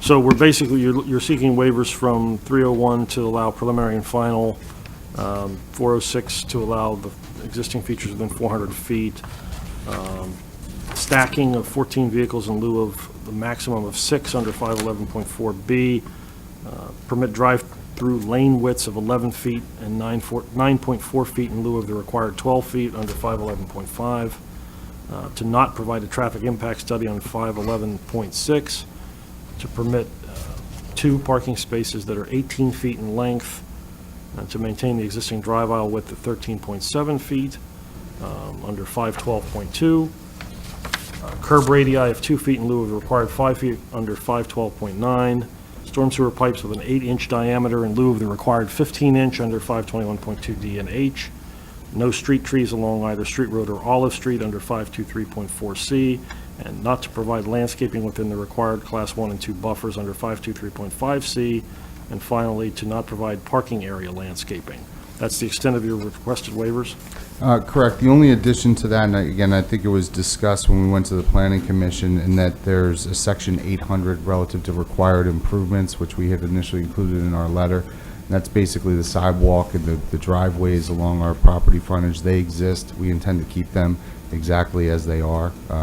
Really think that they're in good condition and don't really want to have to poke the hornet's nest and go back to PennDOT for. So to basically maintain those existing improvements. Okay. Karen, any comments from the Township Engineer's Office on the requested waivers? No, we didn't have any comments, but I would like to note that the Planning Commission recommended the applicant consider installing a sound barrier fence similar to the one that was installed at the Taco Bell along the rear of the site, which would be Olive Street, and they also recommended painted directional arrows on the driveway to further indicate to drivers the one-way driveway. Amanda, can you go back to our site plan? Yeah, that one's fine. So, part of the reason for asking for the waivers from some of the landscaping is obviously this is an existing site with a lot of mature trees and a lot of mature landscaping that's out there right now. It probably doesn't show well on this plan, but along the rear portion of Olive Street, there is a substantially tall existing buffer that exists there, staggered row of fully mature trees. And then immediately along the backside of the parking is a row of forsythia bushes, which extends to about 6 or 7 feet high right now in its full maturity. In order to install that type of fence, we would have to remove that row of forsythia bushes. There's really no way that we could install that fence and be able to keep that in its existing location. One would be impacted too much by the installation of it. So it's something, if the board feels strongly about, we are willing to consider, but again, there would be an impact to what's out there right now, and there's just no other way around it. We prefer to keep what's there, but wanted to get your feelings on that. So with two, you're going to add an additional drive-through lane, so 2 drive-through lanes, twice as much as traffic, and you're thinking not to put up a soundproof wall? Well, it wouldn't be twice as much traffic, really, to be honest with you. The way that the drive-through is set up is really just order points. It's not so that we can, bring in that much more. It's so that we can serve the existing customers faster. Okay. That's the way that it's set up. It's not so that we don't have 2 pickup points, so we can't double the amount that's in there. It's really just a matter of trying to get people in and through the site. The other point that I would note is we are cutting back somewhat where that order point is. So the interior order point, if you will, is closer to the building than what's there now. Yeah. The exterior, the furthest order point, is in virtually the exact same location as where the existing order point is now. So we are not proposing to go closer to Olive Street or extend that further out. Something that we talked about with the Planning Commission is equipment nowadays is better, able to be, regulated and volumes and clarity of speaking through. We understand that, with any drive-through use, there's going to be some sound travel from it. There's just no way around that. But we do feel that the equipment that is going to be installed now will be better, and again, not necessarily an additional impact to the people that live along Olive Street. I'd be in favor of a soundproof wall. So am I. I mean, we've required others to do so, and it seems to be the trend that we're trying to establish here. I would be in favor of requesting a sound wall. Okay. I want to defer to the tree guy, then. I mean, have we, maybe I missed this, have we had any kind of communication with those neighbors to the rear of the property? Because, I mean, it's going to be one of those things where, I mean, if you start tearing all that stuff, you're going to be damned if you do, damned if you don't kind of thing. Right. So, I mean, I would think if we reached out to them, get some sort of buy-in, I don't know. I mean, trust me, I know what you're saying. I know what you're saying about the Forsythia bushes too. I've been there. I am kind of stuck that we have been requiring all these businesses to do this wall. I don't want to see those bushes go, but I think I'd have a hard time saying, Steak and Shake, Taco Bell, got to put up the wall. Right. Burger King, I really like you guys. You don't got to put up a wall. It's I would say, I mean, a matter of consistency Right. for me. If you took my property and you put it behind, I would want. Yeah. It's sort of what we've tried to establish with businesses. I'd be in favor. Well, of and legitimately, it has requesting proven to be for- successful. I mean, the Sure. sound deadening effect has resulted in, I think to date, no real complaints from the residents living behind the new Taco Bell. And building on that, as the board indicated, we have sort of tried to make it an informal standard. Given that you're asking for 12 waivers. Sure. Yeah, understood. Probably Again, appropriate. we wanted to have a dialogue about it so that you at least understood that there is an impact on site to what we have there. So as long as everybody's, in agreement that that's the direction that the board would want to go, we can certainly provide that. I do think that from the site standpoint, it does start to, from a grade situation, start to fall off as we head west over into this corner here. Would the area kind of where the existing forsythia bushes are along the back side of that parking, if we extended it from, say, the end of the parking road to the end of the property, or as close as we could over in this area without extending further all the way down here, would that be sufficient, or does this need to go property line to property line? Professionals for that. I'd have to ask a professional opinion on that. We could take a look at it once you start revising the plans with the Sure. grading and the location of the trees. Okay. And I think there is an existing fence that's out there, just a chain link fence that's along that tree line, and I believe that there's a gap in it somewhere for access. Whose access, I don't necessarily know. But if there's at least a perception of there should be access through there, I want to make sure that that's not blocked. So again, maybe that's something that we can review together just to make sure that it's consistent with what the expectation is of the township. Yes, I Okay. agree. And there are a lot of neighbors on that street, and surrounding the streets are all pretty close together. Homes are pretty close together, so anything we can do is as far as, privacy with the greenery and the soundproof and all, on the benefit of the neighbors would be very appreciated. Okay. Yes, I'm sure you understand as we do our redevelopment process throughout the township that we're just trying to tweak things up to better satisfy the neighbors. We do understand that, Right. definitely. You'll end up thanking us. I don't doubt it. Like I said, I had You to, will. I had to at least bring it up, and you know, we understood that the planning commission felt very strongly about it, and as do you, and we will do what you would like in that situation. We want to be good neighbors. We want to make sure that, you know, the community is happy, and we really do think that this will be a vast improvement to that particular property. Anyone else have anything? Thank you for your cooperation. Anyone from the public have anything before we craft a motion? Oh, go ahead, Karen. I just want to make note of one thing. The zoning officer had a comment about the hours of operation. So at the planning commission, you had stated that you would be keeping the hours of operation the same as they are currently, which is 6 a.m. to 12 a.m. every day. That's correct. What about the lighting? Would the lighting affect the neighbors at all? We're basically reusing the existing, you know, light standards, but going to try to improve them to upgrade all the Okay. existing lights that are there. So really, it's going to be better. Okay, that's great. And there's, like I said, that existing buffer in terms of the tall trees that are back there, we're not going to impact those in All any way. right. Satisfied with that. then. Great. Okay. Well, seeing that, I'm going to go ahead and ask Mr. Savona to craft a motion.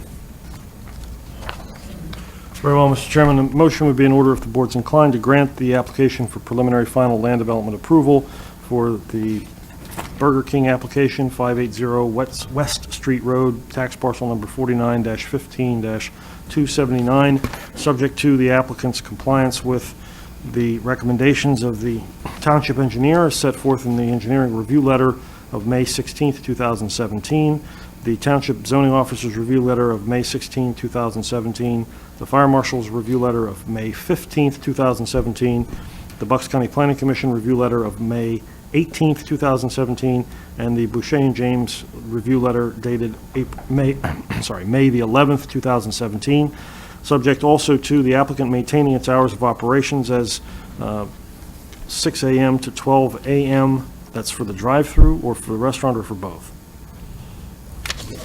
Drive-through? Okay. Subject further to the applicant being granted the waivers as requested in the corrected waiver request letter dated May 23rd, 2017 from Bowler Engineering. Those waivers being expressly conditioned upon the applicant providing painted directional arrows on the drive aisles as recommended by the township engineer, and the waiver from section 523.5.c to not provide landscaping within the required Class 1 and Class 2 buffers is conditioned upon the applicant installing a soundproof barrier fence to specifications as provided by the township engineer and to the, at the rear property line of the subject property in such configuration as recommended by the township engineer. In all other respects, the applicant will comply with all the terms, conditions, and provisions of the approval letter to be issued by the Office of the Township Solicitor, subject to the board's action. Okay, is there a motion? So moved. Mr. McPhillips, is there a second? Second.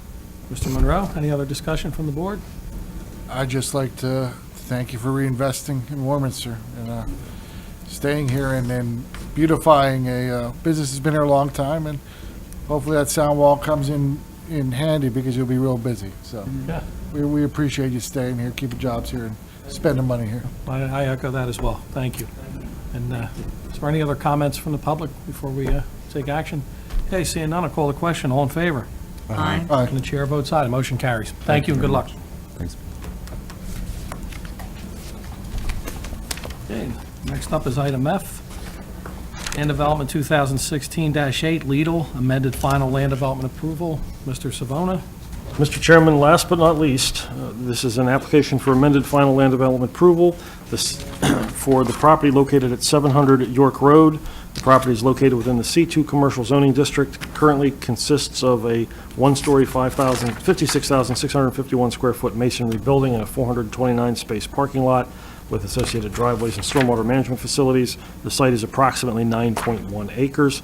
The Board of Supervisors granted preliminary final land development plan approval at your meeting on November 17th, 2016, to permit the applicant to demolish the existing building and parking lot and to construct a new 35,962 square foot grocery store, which is permitted by right in the C2 district, and with additional site improvements, including a 180 space parking lot, driveways, and other stormwater management facilities.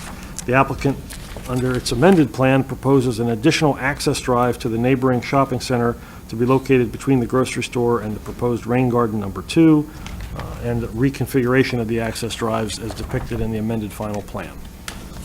Applicant is present. You can summarize and give us your presentation.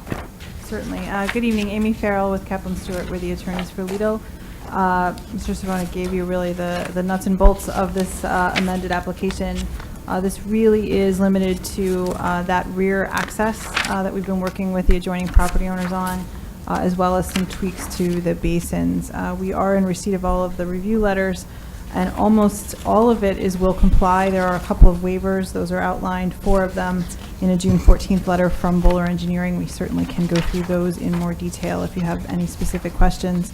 And there were a couple of additional comments in the review letters related to the buffer and landscape conditions that we can speak to as well. We have Kevin McCartney from Bowler Engineering here to speak more specifically to those engineering issues if you have specific questions. Okay. Anyone have any comments from the board or before we get started? Yeah, let's get into it. Okay. I'm going to let Mr. Savona get into it. Sure. The requested waivers, I don't believe the board has the June 14th waiver request letter, so why don't you go through those, Amy? Sure. There's 4 of them. The first is a waiver from section 510.4.d, which would permit the rear access driveway adjacent to the rear property to be located within the minimum required 15-foot setback. That's so that we can actually make that connection through in order to connect across to the adjoining property.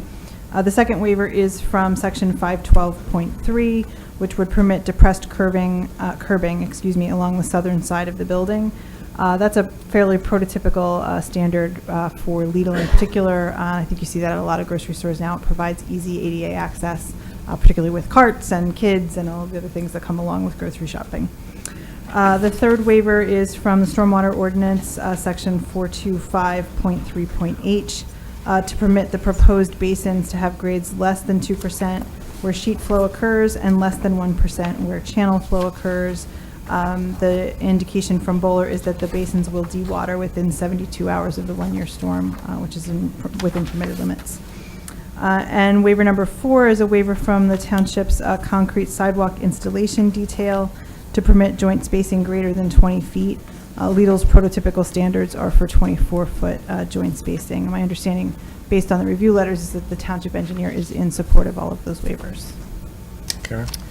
We did not receive the waiver request previously for the joint spacing to permit it to be 20 feet to 24 feet, but because it's their standard, I have no issue with that. We were in support of the other 3 waivers. Okay. And Ms. Farrell, I assume that because you're proposing the addition of the rear access drive into the adjacent property, obviously we will require you to have cross-access easements in order to install that before. Moving forward with those, of course, and we're working with, it's a bit of a moving target over there. As you know, it's up for sale and they're in negotiation with an active buyer. So there's a bit of back and forth in terms of who we're dealing with, and the existing property owner has no issues, but obviously is hoping to transfer it quickly. So we want to make sure the new property owners also are not going to have an issue. And we'll certainly have an agreement in place before that access went in. Okay. Members of the board, any questions? Just the only question I have is, when are you guys looking to start construction anyway? It's one of the big questions. It is the big question for Lidl. I can tell you that they opened a wave of stores just today, as a matter of fact, through Virginia and North Carolina. So they are actively moving forward on approved plans. So this one is one of the next ones in the pipeline. Would that explain why Mr. Logan is not here? That would explain, in fact, why Mr. Logan is not here. He's a little busy this week. We are actually coming in July to the zoning hearing board for the signage in connection with this project. So they have given us authorization to move forward on signage, which tells me that they're ready to go fairly quickly. Good. Yes, this is a nice project. You're greening the property up, and this is, we really look forward to it It's a coming. really a great nice building. project. I've seen the ones that they've completed and that are now open, and it's a neat project. Yeah. And I appreciate them just recently cutting the grass. It was getting long there for a while, Yeah. but as long as they stay on top of that. Well, and certainly reach out, let us know. Scott's been really accessible about those kind of things, so if anything else comes up, let us know. Thank you. And you'll have plenty of greenery to go with building too. Absolutely. They've got a pretty robust landscape plan. When I say it looks pretty good. Yeah, and as you can, I mean, if you'll recall, this property currently is almost entirely paved. It's You're like all reducing the concrete, impervious, which is concrete. great. Right, and we've got, a whole large green lawn area really on that upper quadrant. The landscape architect has been looking at tree replacement, and we're confident that we can make all of that work as well. So we'll continue to have those conversations with the township engineer as to how to lay that out and where, and the types of plants to use so that we're meeting all the township standards. It's been a big eyesore for a really long time, and we are eagerly awaiting your arrival. Well, they're excited and ready to go, Yes, so we that's just terrific. need to button up these last couple of things. Thank you. Excellent. So any other, before we craft a motion, I see someone from the public like to make a comment. Come on up, tell us who you are. I really like this project, but I do have a question about the egress and ingress onto York Road. Is there going to be a new street light there? Because I don't know how many of you have ever tried to get out of that driveway when Nativities let their 50 buses go up York Road, and the rush hour traffic is building up going north, and all those buses are coming out of Roberts Road going south on York Road. You can't get out of there. You can't go north on York Road when you There is leave a the light coming out of driveway. their site. Huh? Yeah, there's a light at There's a light there Roberts now. Road. There's going to be a light now. There is one. There is one. That There's a entrance is light. At blocked off Roberts right Road, now. there's a light, Yeah, right? well, But that's there's where they're no- going to but- circulate the traffic out of their site. I'm sorry. You're talking about the other So exit. when you look at the, When you're look at trying to get out and go north on York Road out of that driveway, it's almost impossible when Nativity's getting out Right, and but there's traffic coming. so You might want to have a traffic engineer just look at the it. way that there's two driveways on York Road, right? As you're looking at the one that's There's two further north. driveways, and The they're one both- that's further north at Roberts Road is signalized. There isn't a driveway there to go into the property at Roberts Road. Correct. And that's going to be at the signalized That's where they'll intersection. have to go. The one further south is a right in, right out only. So you Yeah. won't be able to go north out of Right. that driveway. Right, because right now you can't go out there where the Roberts Road lights is. Right. Right, okay. That's what I was concerned about, because Yep. I was stuck there once for 20 minutes waiting for them to get out of there. So, thank you. Thank you. It should be much better after. Karen, you had a comment? I did have one comment that I wanted to mention. As part of their preliminary final approval, they had received a partial waiver from the Class 1 buffer plantings because they were keeping the existing woodlands along the frontage. They are now proposing to remove approximately 181 feet of the woodlands along the frontage because they are installing a right turn lane into the site at Roberts Road. So could you please discuss briefly how you will be meeting the tree replacement for that area? Sure, and Kevin can probably get into this in a bit more detail, but we have asked the landscape architects to look at that and our landscape engineers, and they've looked at the tree replacement ordinance. There's more than enough space on site to make up the difference and to plant on site if we choose.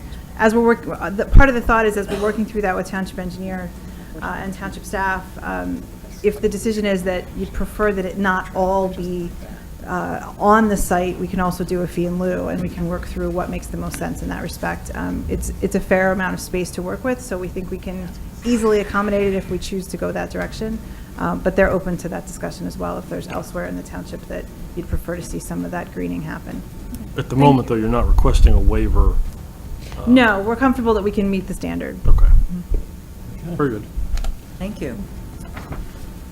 I see no other discussion. I'm going to ask Mr. Savona to go ahead and craft a motion. Certainly. Mr. Chairman, if the board's inclined, a motion will be in order to grant the application for amended final land development for application 2016-08, the Lidl grocery store located at 700 York Road, subject to the applicant's compliance with the recommendations and conditions set forth in the Township Engineer's Review Letter dated June 7th, 2017, the zoning officer's letter dated May 30th, 2017, the Bouchane James letter dated May 30th, 2017, and the fire marshal's review letter dated June 7th, 2017.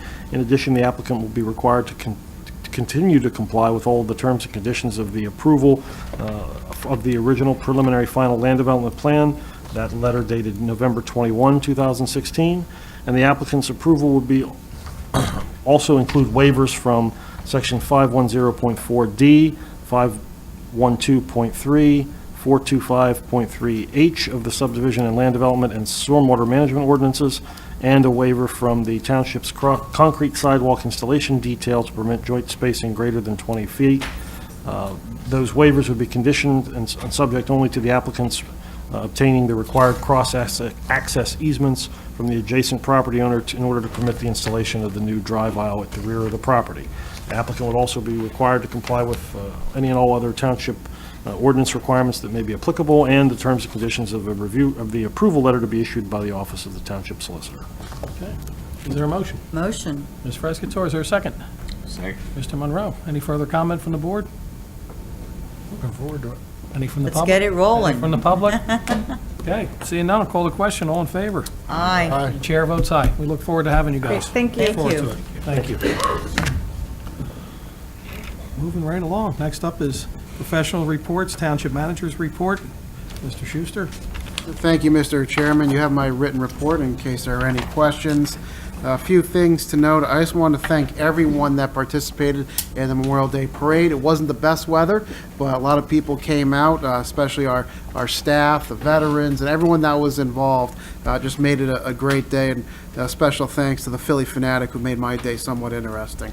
Also want to remark on the e-recycling event that we had this past Saturday over at Warminster Community Park. I again want to thank Par Recycling that put that on. This was their biggest event ever. It was exceeded everyone's expectations. They had 900 cars go through there and collected over 60,000 pounds of electronic waste. And 60,000 pounds, that's not going into a landfill or disposed of improperly. Based on feedback, we know that there were some issues. We didn't anticipate that many people. So going forward, we'll make changes. We'll make sure it runs a little more smoothly. But we're so happy that people had a chance to dispose of their electronics. And we are still planning to do a curbside pickup of electronics in the fall with Mascara. So we'll do more of these events because we recognize there's a lot of demand out there. Yeah, in fact, while I was waiting in line, I called Ms. Frescatore and told her how well it was going because it was her idea to bring this here, so well done. Yeah, that stuff was piled high over there. It was really, really impressive turnout. Thank you. The township has reestablished an employee safety committee. This has lapsed over the last few years. I always thought it's important to have a safety committee. You always want to foster a good culture of safety with all employees. Many of our employees have higher risk activities and have to deal with specialized equipment, so we want to make sure that they're doing everything possible to keep themselves as safe as possible. I emailed the board our 2016 audit. It was a clean audit with no findings. The auditors will be here at a future meeting in case there's any questions for them. And lastly, we are finishing up the 2017 road paving program. I believe that'll be done within the next week or two. It gets slowed down because of some rain. We're going to be finished our road program up by the end of June. Yes, that's the plan right now. That's amazing. That's the earliest in my recollection. We were in Phenomenal. late November. That's really terrific. So will we be able to do some additional supplemental stuff like we did last year? You know, I talked to the Public Works Director about that, and his response, basically that question, any question that I've asked him is, don't talk to me now, I'm paving. So he knows it's a possibility. I'll sit down with him and see what the funding level is and see if there's a possibility of doing a little bit extra as we approach the fall. And we did 5 miles of road, and how many ADA corners went in? 5 miles, and the ramps are not fully complete, I believe, but it's about 50 ramps. That sounds right, yes. That's a good program this year. And I give a lot of credit to the guys, especially our Public Works Director. We've had a heat wave over the last few days. They were out working in that. It's only the rain that slows them down. But the heat, they're still out there. So thanks to all those guys that really do this work. And also thank you to the residents. We've You know, we've had a few residents that have had some issues, and we tried to work with them, but most residents fully understand, yeah, they're inconvenienced for a day or two while you have to shut down the road, but they get a brand-new paved road, and they're very happy, and, you know, sorry about any inconvenience that we caused anyone, but Yeah, we got it's a one necessary- nasty one from a resident that I Well, shared with you. Yeah, that does happen occasionally, but we're willing to work with anyone as much as we possibly can. And that's my report, Mr. Chairman. All right. Anyone have anything for Mr. Schuster? So Greg, you've been here now a little over a year, is it? Yes. And I just wanted to make a comment, in a little over a year, all of the improvements that you've done with the help of our excellent staff, Mr. Savona, Gilmore, having Amanda here, the rest of our staff, hiring the right people for the different departments. We have really made some inroads, and I'm very excited to see what's going to happen in the following year, and a great job. Excellent job. We're very, very happy with all of the improvements that we've had done in the township. Well, thank you for the kind words, and I'll pass it along. As I say all the time, we have an amazing staff here. We and do. they do fantastic work, and the success is theirs as much as anyone else's. And I want to welcome you to Bucks County as well. Thank you. Resident of Bucks The long County. move is finally over, yes. We're glad. Does anyone else have anything for Mr. Schuster? Nope. Okay. Move on to the solicitor's report. Mr. Savona. Yes, Mr. Chairman, the board has my written report. I'll keep it very brief. Most of this month we spent working on the one or two things we had to deal with tonight on the agenda with the land developments. I have highlighted in my report, the board's aware, Christ Homes had a tax exemption petition that's been pending in Bucks County Court of Common Pleas for a number of years now. That matter does appear to be moving toward trial. The attorneys for Christ Homes are looking like they're trying to schedule a trial on that exemption sometime in late September. The school district is obviously contesting that. We're monitoring it.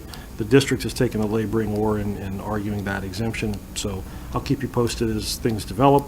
Otherwise, the only update since my report is the action at 138 York Road. We had filed a petition for contempt.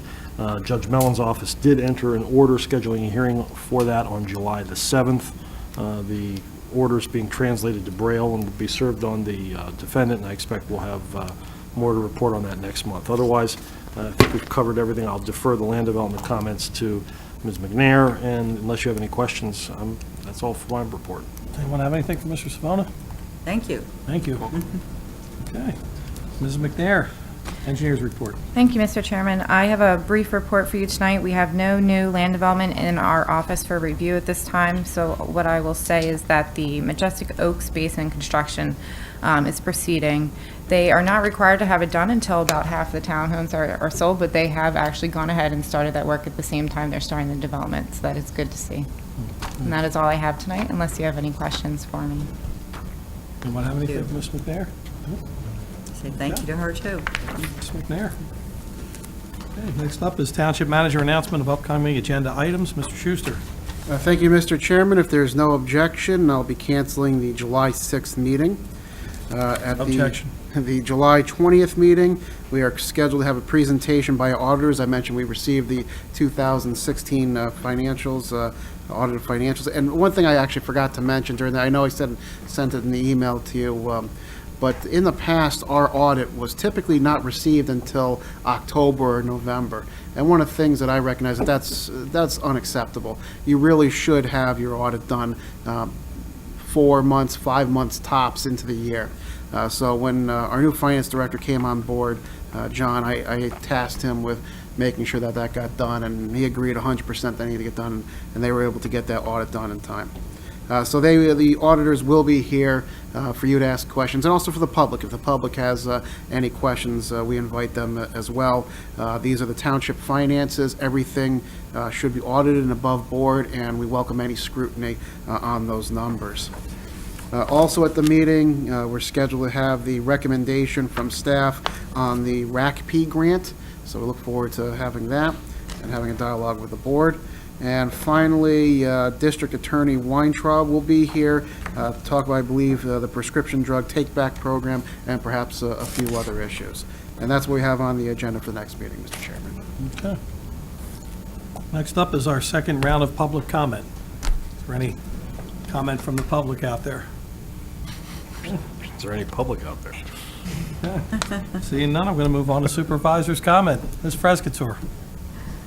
Just we want to reiterate all the inroads we've made this past year, and I want to thank all the staff because you make our job so much easier, and big thank you to all of you. Thank you. That's it. And I also want to say I was very impressed with what PAR did, and they are a very special organization. They've been around a little over a year. They help addicts get back into their normal lives, and they make some money from some of the e-waste that they collect, and there need to be more programs like that for people that are addicts, because getting back into just normal life is sometimes very difficult for them, and very happy to support them, and hopefully we can have them back. They made some real money. That cash box was bulging when I was Did a there. great job, When I was yeah. there dropping my television off. I was happy They did- to hear yeah, that. They did quite well. It was a really great event.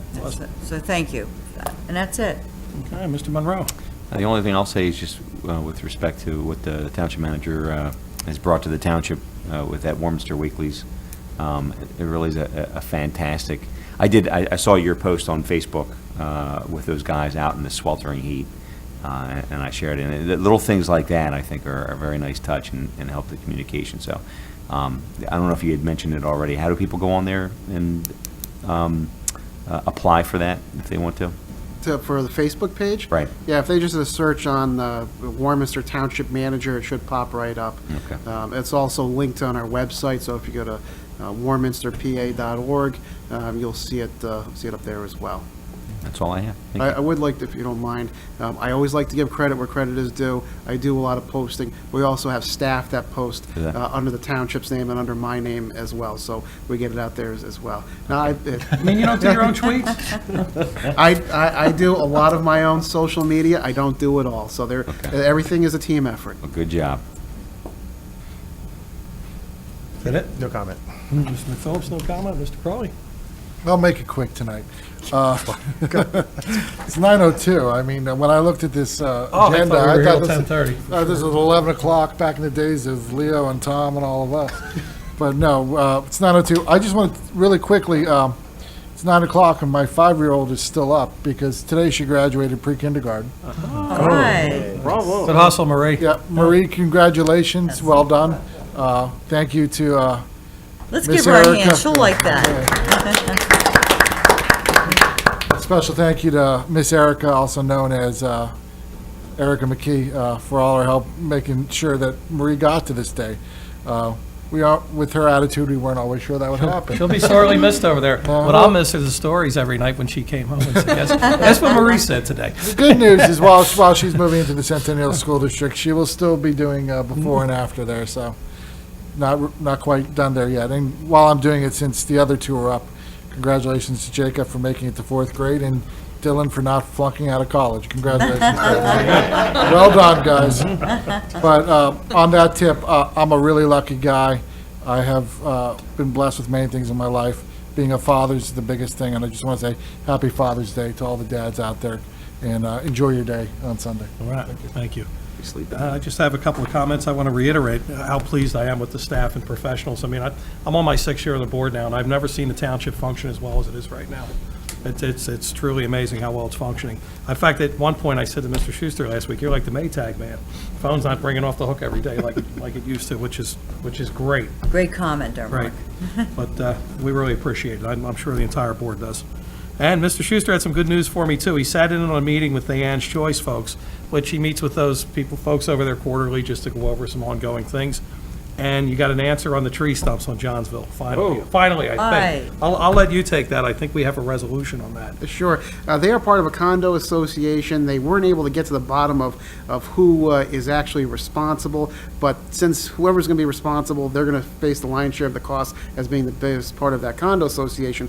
They've already issued the contracts, and I believe State told me just sign the contracts to go in and have those stumps removed. So that should be accomplished, I think, relatively soon. I know by one of our previous meetings with them, they're not opposed to putting additional plantings back in. They're just trying to find out which trees are right for it. Apparently, those trees weren't the right ones to go in there from the beginning. Right. So in the future, they want to get rid of the stumps immediately and then talk about putting additional plantings to replace them. They just want to find the right planning, so they're going to work. And they're always been very great to work with, and as much grief as some of us have been giving them, their own residents there have been giving them a lot of grief, so Right. they've been very responsive. They know it's the right thing to do, and we're very appreciative of them moving forward with that. Right. Kristen Hardy and that group over there, really good management team. Absolutely. Do you want to give the plug for the August meeting? Go ahead. Just since you brought up Ann's Choice, we are planning to have the August Board of Supervisors meeting at Ann's Choice. Figure we take it on the road. One negative about that is it can't be broadcast live, so we invite everyone to come to that meeting. We'll get more details out there, but we're all looking forward to doing that. They've got a great group of residents over there. They're active, they're involved, and I think having the meeting over there in a different setting would be very beneficial. So look for more information on that for the August meeting. Okay. Looking forward to that. Okay. With that, I'll take a motion to adjourn. Motion. Mr. McPhillips, meeting adjourned.